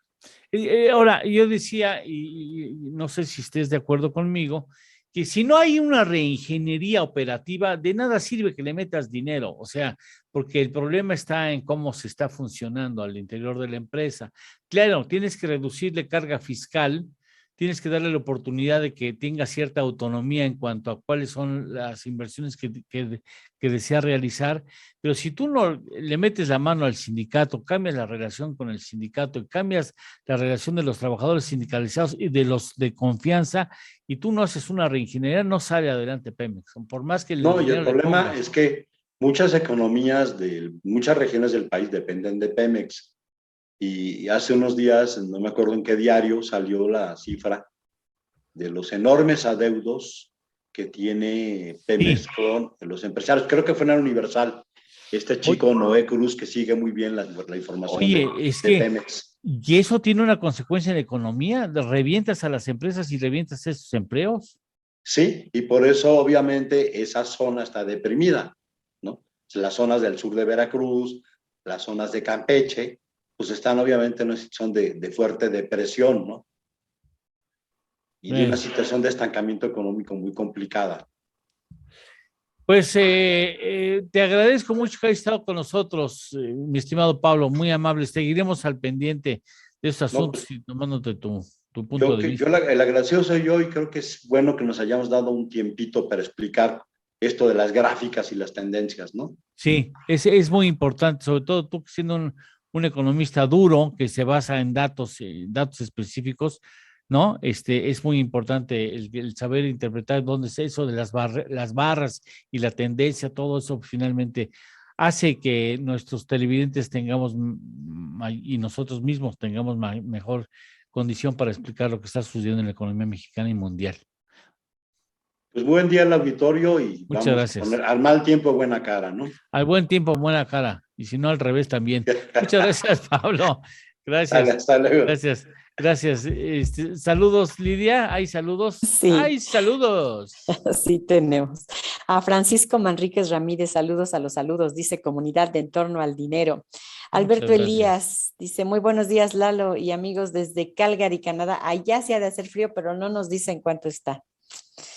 Ojalá nos pudiera decir, ¿verdad? Te va a sorprender que está más caluroso que donde estoy, ¿verdad? Que donde está Iztacalco o el Triángulo de las Bermudas, allá donde todos aparecen en el Ajusco, donde están, no sé por qué ahí se dieron hoteles y ahí se desaparece la gente. ¿Será? Sí, bueno, eso cuenta la leyenda, me han dicho. En fin. Francisco, hay algunos, Francisco, saludos, ¿tienes algunos saludos? Tenemos saludos para María del Carmen Alcántara, ella está en Puebla y nos dice que allá son 8 grados. 8 grados. Y también saludamos a David Nieto, que nos ve desde nuestro canal de YouTube, siempre. Los saludamos con gusto. Muchas gracias. Vamos a ir a la pausa después. Gaby, ¿de qué nos vas a hablar? Hoy nos habla Gaby de accesibilidad universal. ¿Quién sabe qué diablo sea eso? Pero suena interesante. Así es. ¿Estás en Alaska? No, estoy en Coajimalpa a 4 grados centígrados, así que mátenme esa. Ese bonito suéter que tienes, ¿no tiene un pelambre de algunas de tus perritas adoptadas? No, a veces me encantaría hacerlo porque se portan muy mal, pero todavía no he llegado a eso. Soy cruela débil del peluche nada más. Bueno, ojalá este comentario no lo vaya a ver Derbez. Ah, sí, ya sé. Sí, soy Federica Peluche o algo así. Pues. Ay, no. Después hacemos una pausa y regresamos con Gaby Solé. Muchas gracias. Esto es En torno al dinero. Con Eduardo Torreblanca y Lidia Barrón Cortés. Hacemos una pequeña pausa y continuamos. Es suétercito, pero mira, apenas, de verdad. Pero se ve rico, se ve calientito, aparte está bonito. Pero yo soy ¿Y el animalito qué era? Era peluchín. Era poliéster. Se llamaba poliéster. Sí, porque si no, ya no se puede de piel real, porque pues hay que cuidar a los animales. ¿Cómo se llama este modisto español de... ¿Cómo se llama? Ay, perdón, no dormí, a la 1:30 me levanté y ya no me pude dormir. ¿Cómo se llama el modisto que tuvo un negocio aquí cercano? ¿Alfonso Domínguez? Adolfo Domínguez. Adolfo Domínguez, yo le he hecho 2 entrevistas, una particularmente muy buena. Y usaba peluche. No, y me decía que ya en Europa ya no, la piel ya no pega. O sea, ya incluso una chamarra de piel ya está mal vista. Dices, no, piel no. Ya es. Y luego con pelitos así, peor todavía. O sea, todo es sintético. ¿Tu pelombrito es sintético? Sí, te digo que el perrito se llamaba poliéster. Sí, no, sí. Parece de zorro. Ay, parece que bueno que me cae zorro y no es zorra. Ay, Gaby. No, bueno. Entre la familia peluche y las... Bueno, no. De zorra, todo bien. Ni lo hubiera pensado, por supuesto. Pero No sé, pero mejor aclaramos el punto, ¿no? Sí, claro. Más vale, ¿verdad? Ay, Gaby. Ay, qué bárbaro. Bueno, ya tendremos posibilidades de festejar el fin de año, ya después les diré, y nos vamos a divertir terriblemente contigo. Regresamos al aire.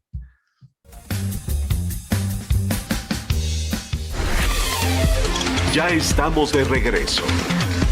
Esto es En torno al dinero. Con Eduardo Torreblanca Llanes.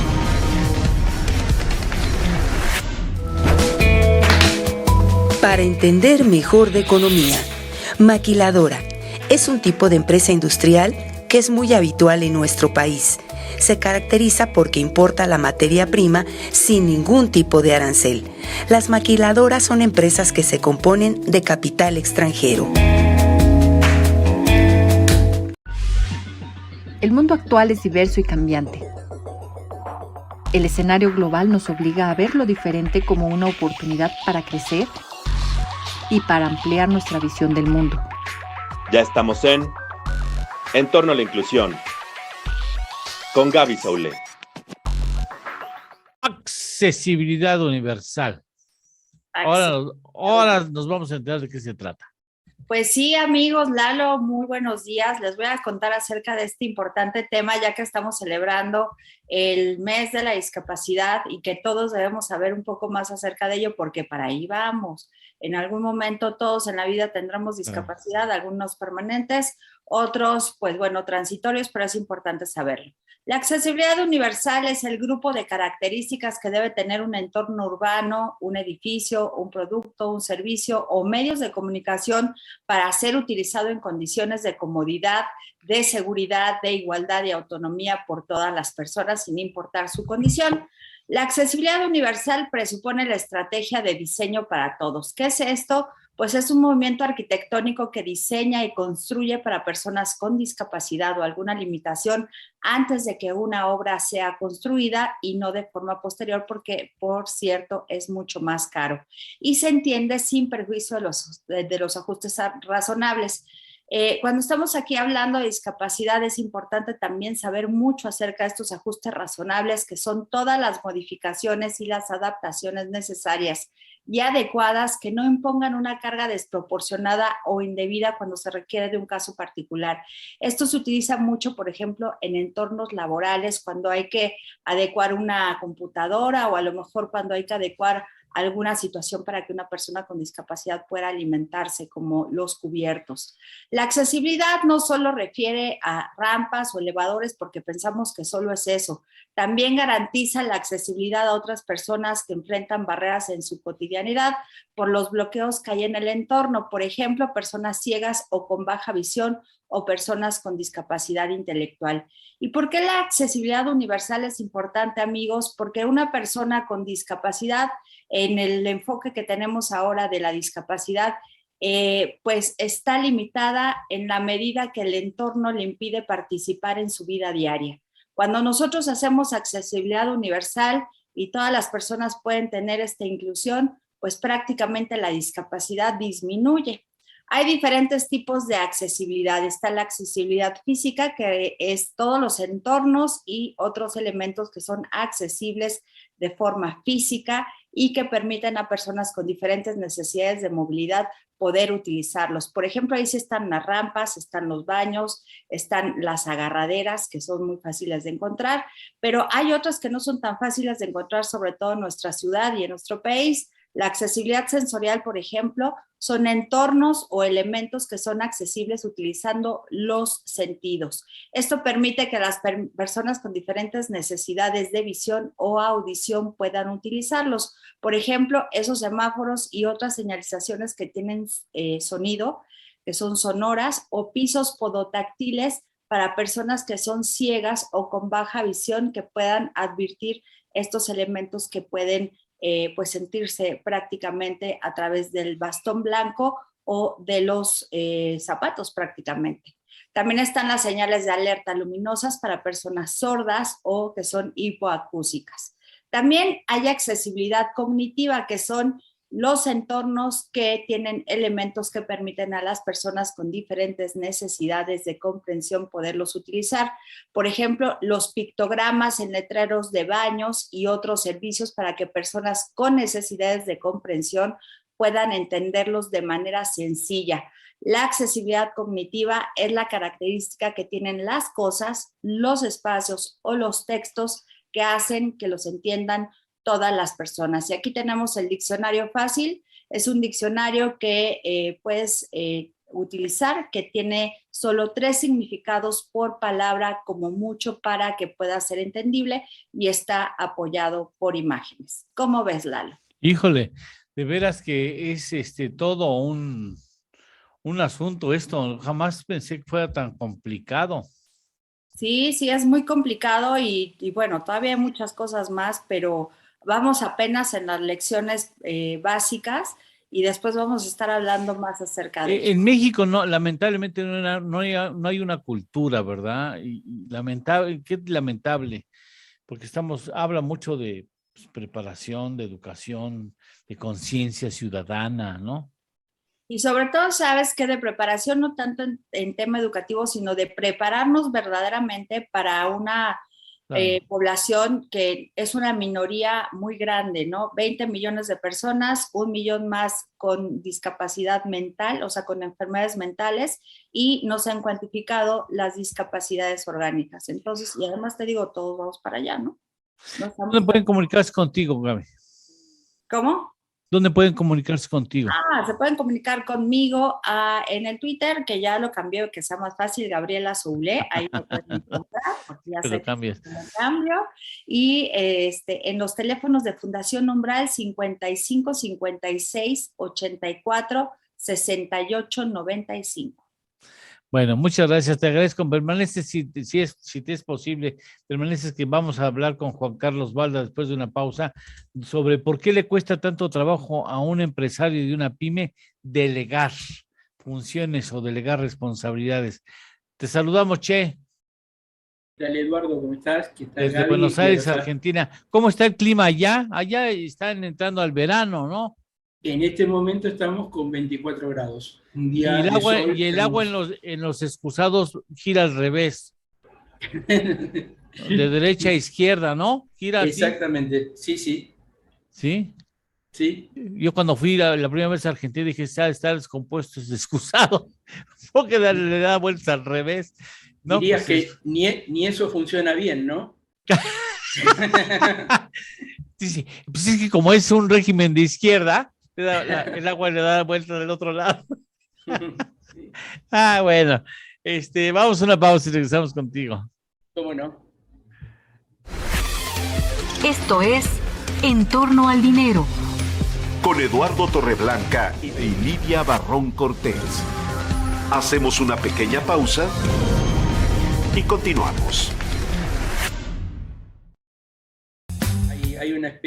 Hay una situación macro muy complicada y en lo micro la gente tratando de hacer su vida de la mejor manera posible, pero hay muchísimas limitaciones para las industrias, para las pymes, para conseguir insumos, como consecuencia del no arreglo todavía. Pero ustedes están re bien educados, o sea, el nivel educativo y el nivel de la discusión pública en Argentina era al menos mucho más elevado que el de México.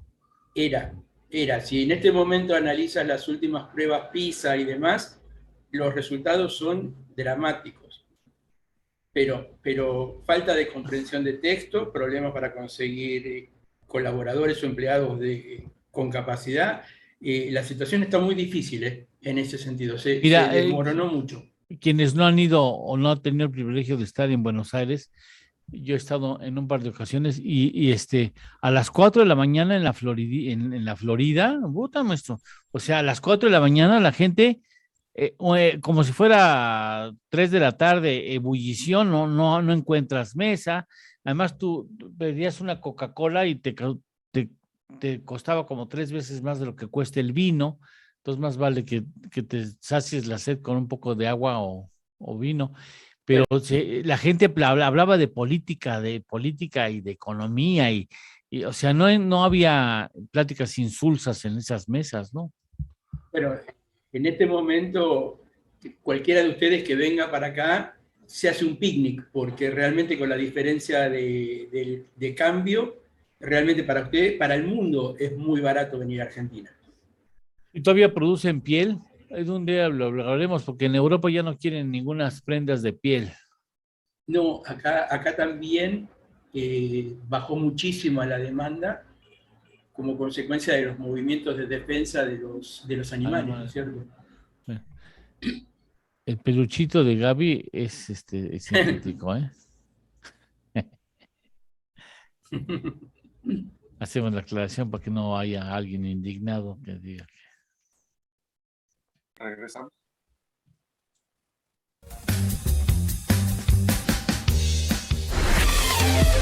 Ya estamos de regreso. Esto es En torno al dinero. Con Eduardo Torreblanca Llanes. ¿Sabías que dormir bien nos hace más inteligentes, ya que las células que producen la melanina llegan a su mayor nivel de producción por la noche?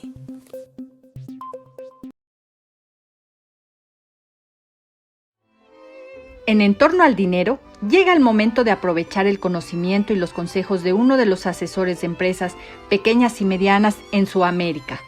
Desde la bella ciudad de Buenos Aires, Argentina, es el momento de Grandes Pymes con Juan Carlos Balda. Che, a tus órdenes, te escuchamos con mucho gusto. Gracias, Lalo. Bueno, la idea de hoy es hablar por qué le cuesta tanto al empresario de la pequeña y mediana empresa delegar.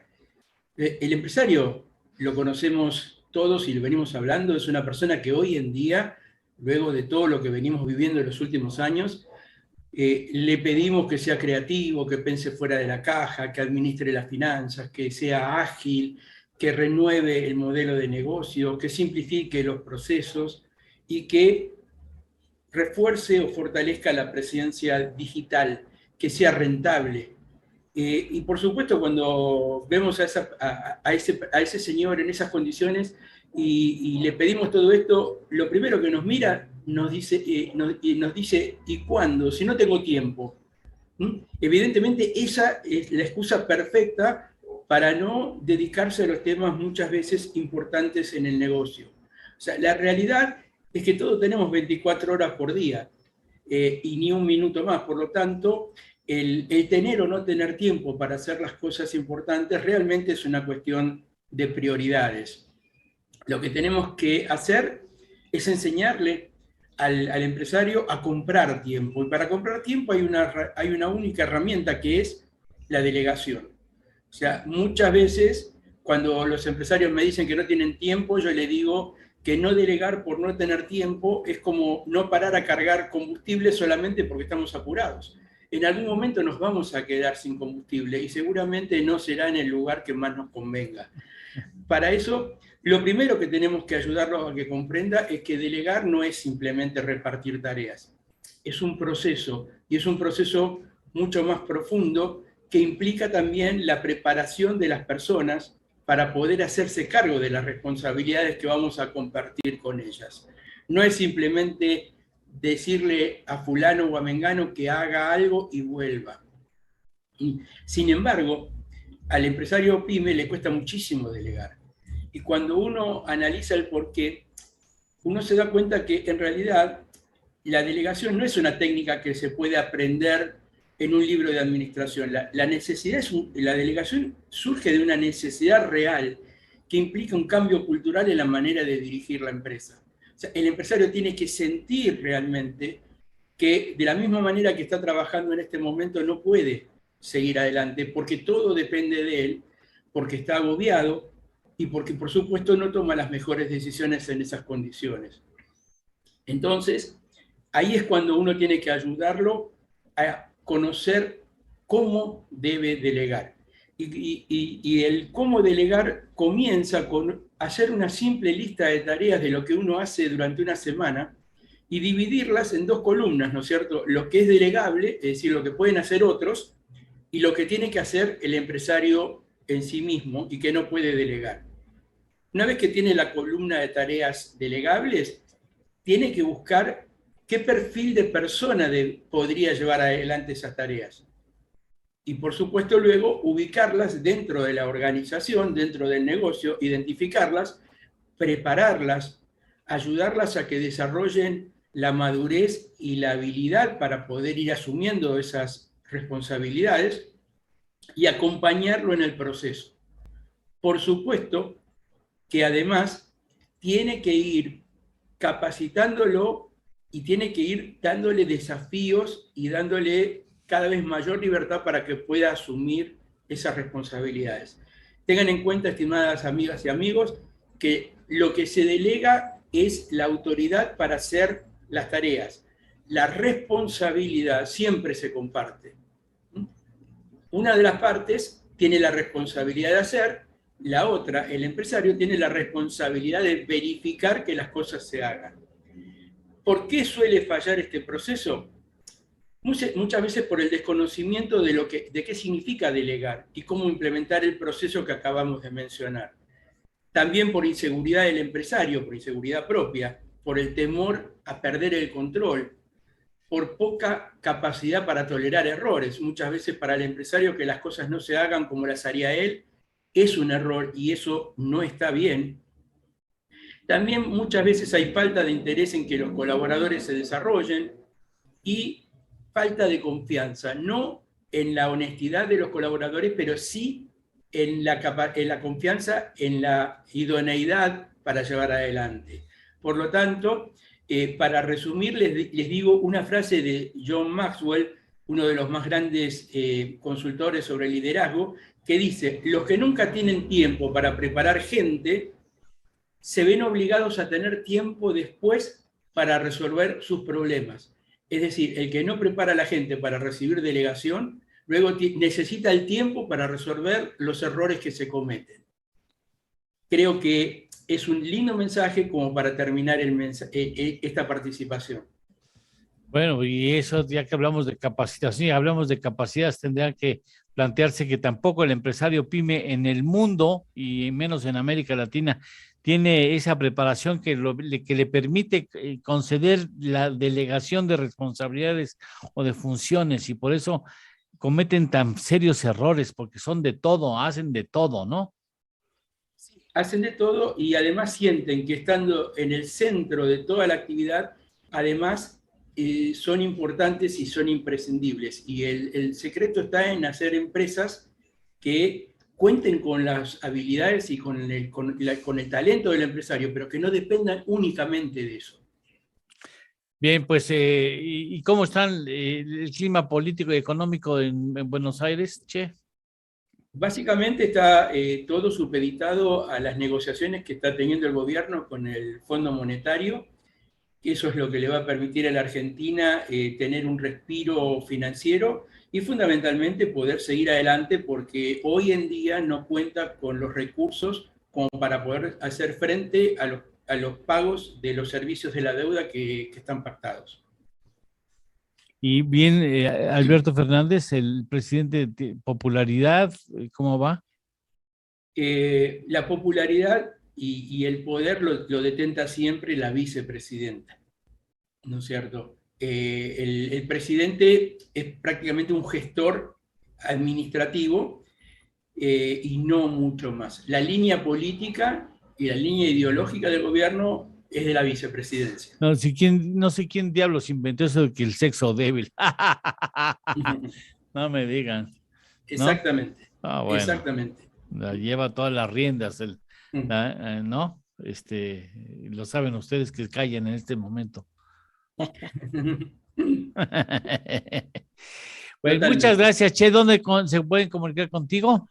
Me pueden buscar en las redes por Grandes Pymes, o si no, me pueden escribir a jcebalda@grandespymes.com.ar. Bueno, nos despedimos. Muchas gracias. Lidia, despide de Gaby y Juan Carlos y al público. Muchas gracias, Gaby, Juan Carlos, a todos los colaboradores del programa. Muchas gracias a todos quienes hacen posible esta emisión. Los esperamos el día de mañana en punto de las 6 de la mañana y hasta las 8. Que tengan muy buen martes, muy rendidor y productivo. Muchas gracias. Gracias. Hasta mañana en punto de las 6 de la mañana. Gracias. Llegamos al final de nuestra jornada. Acaba En Torno al Dinero con Eduardo Torreblanca Llanes.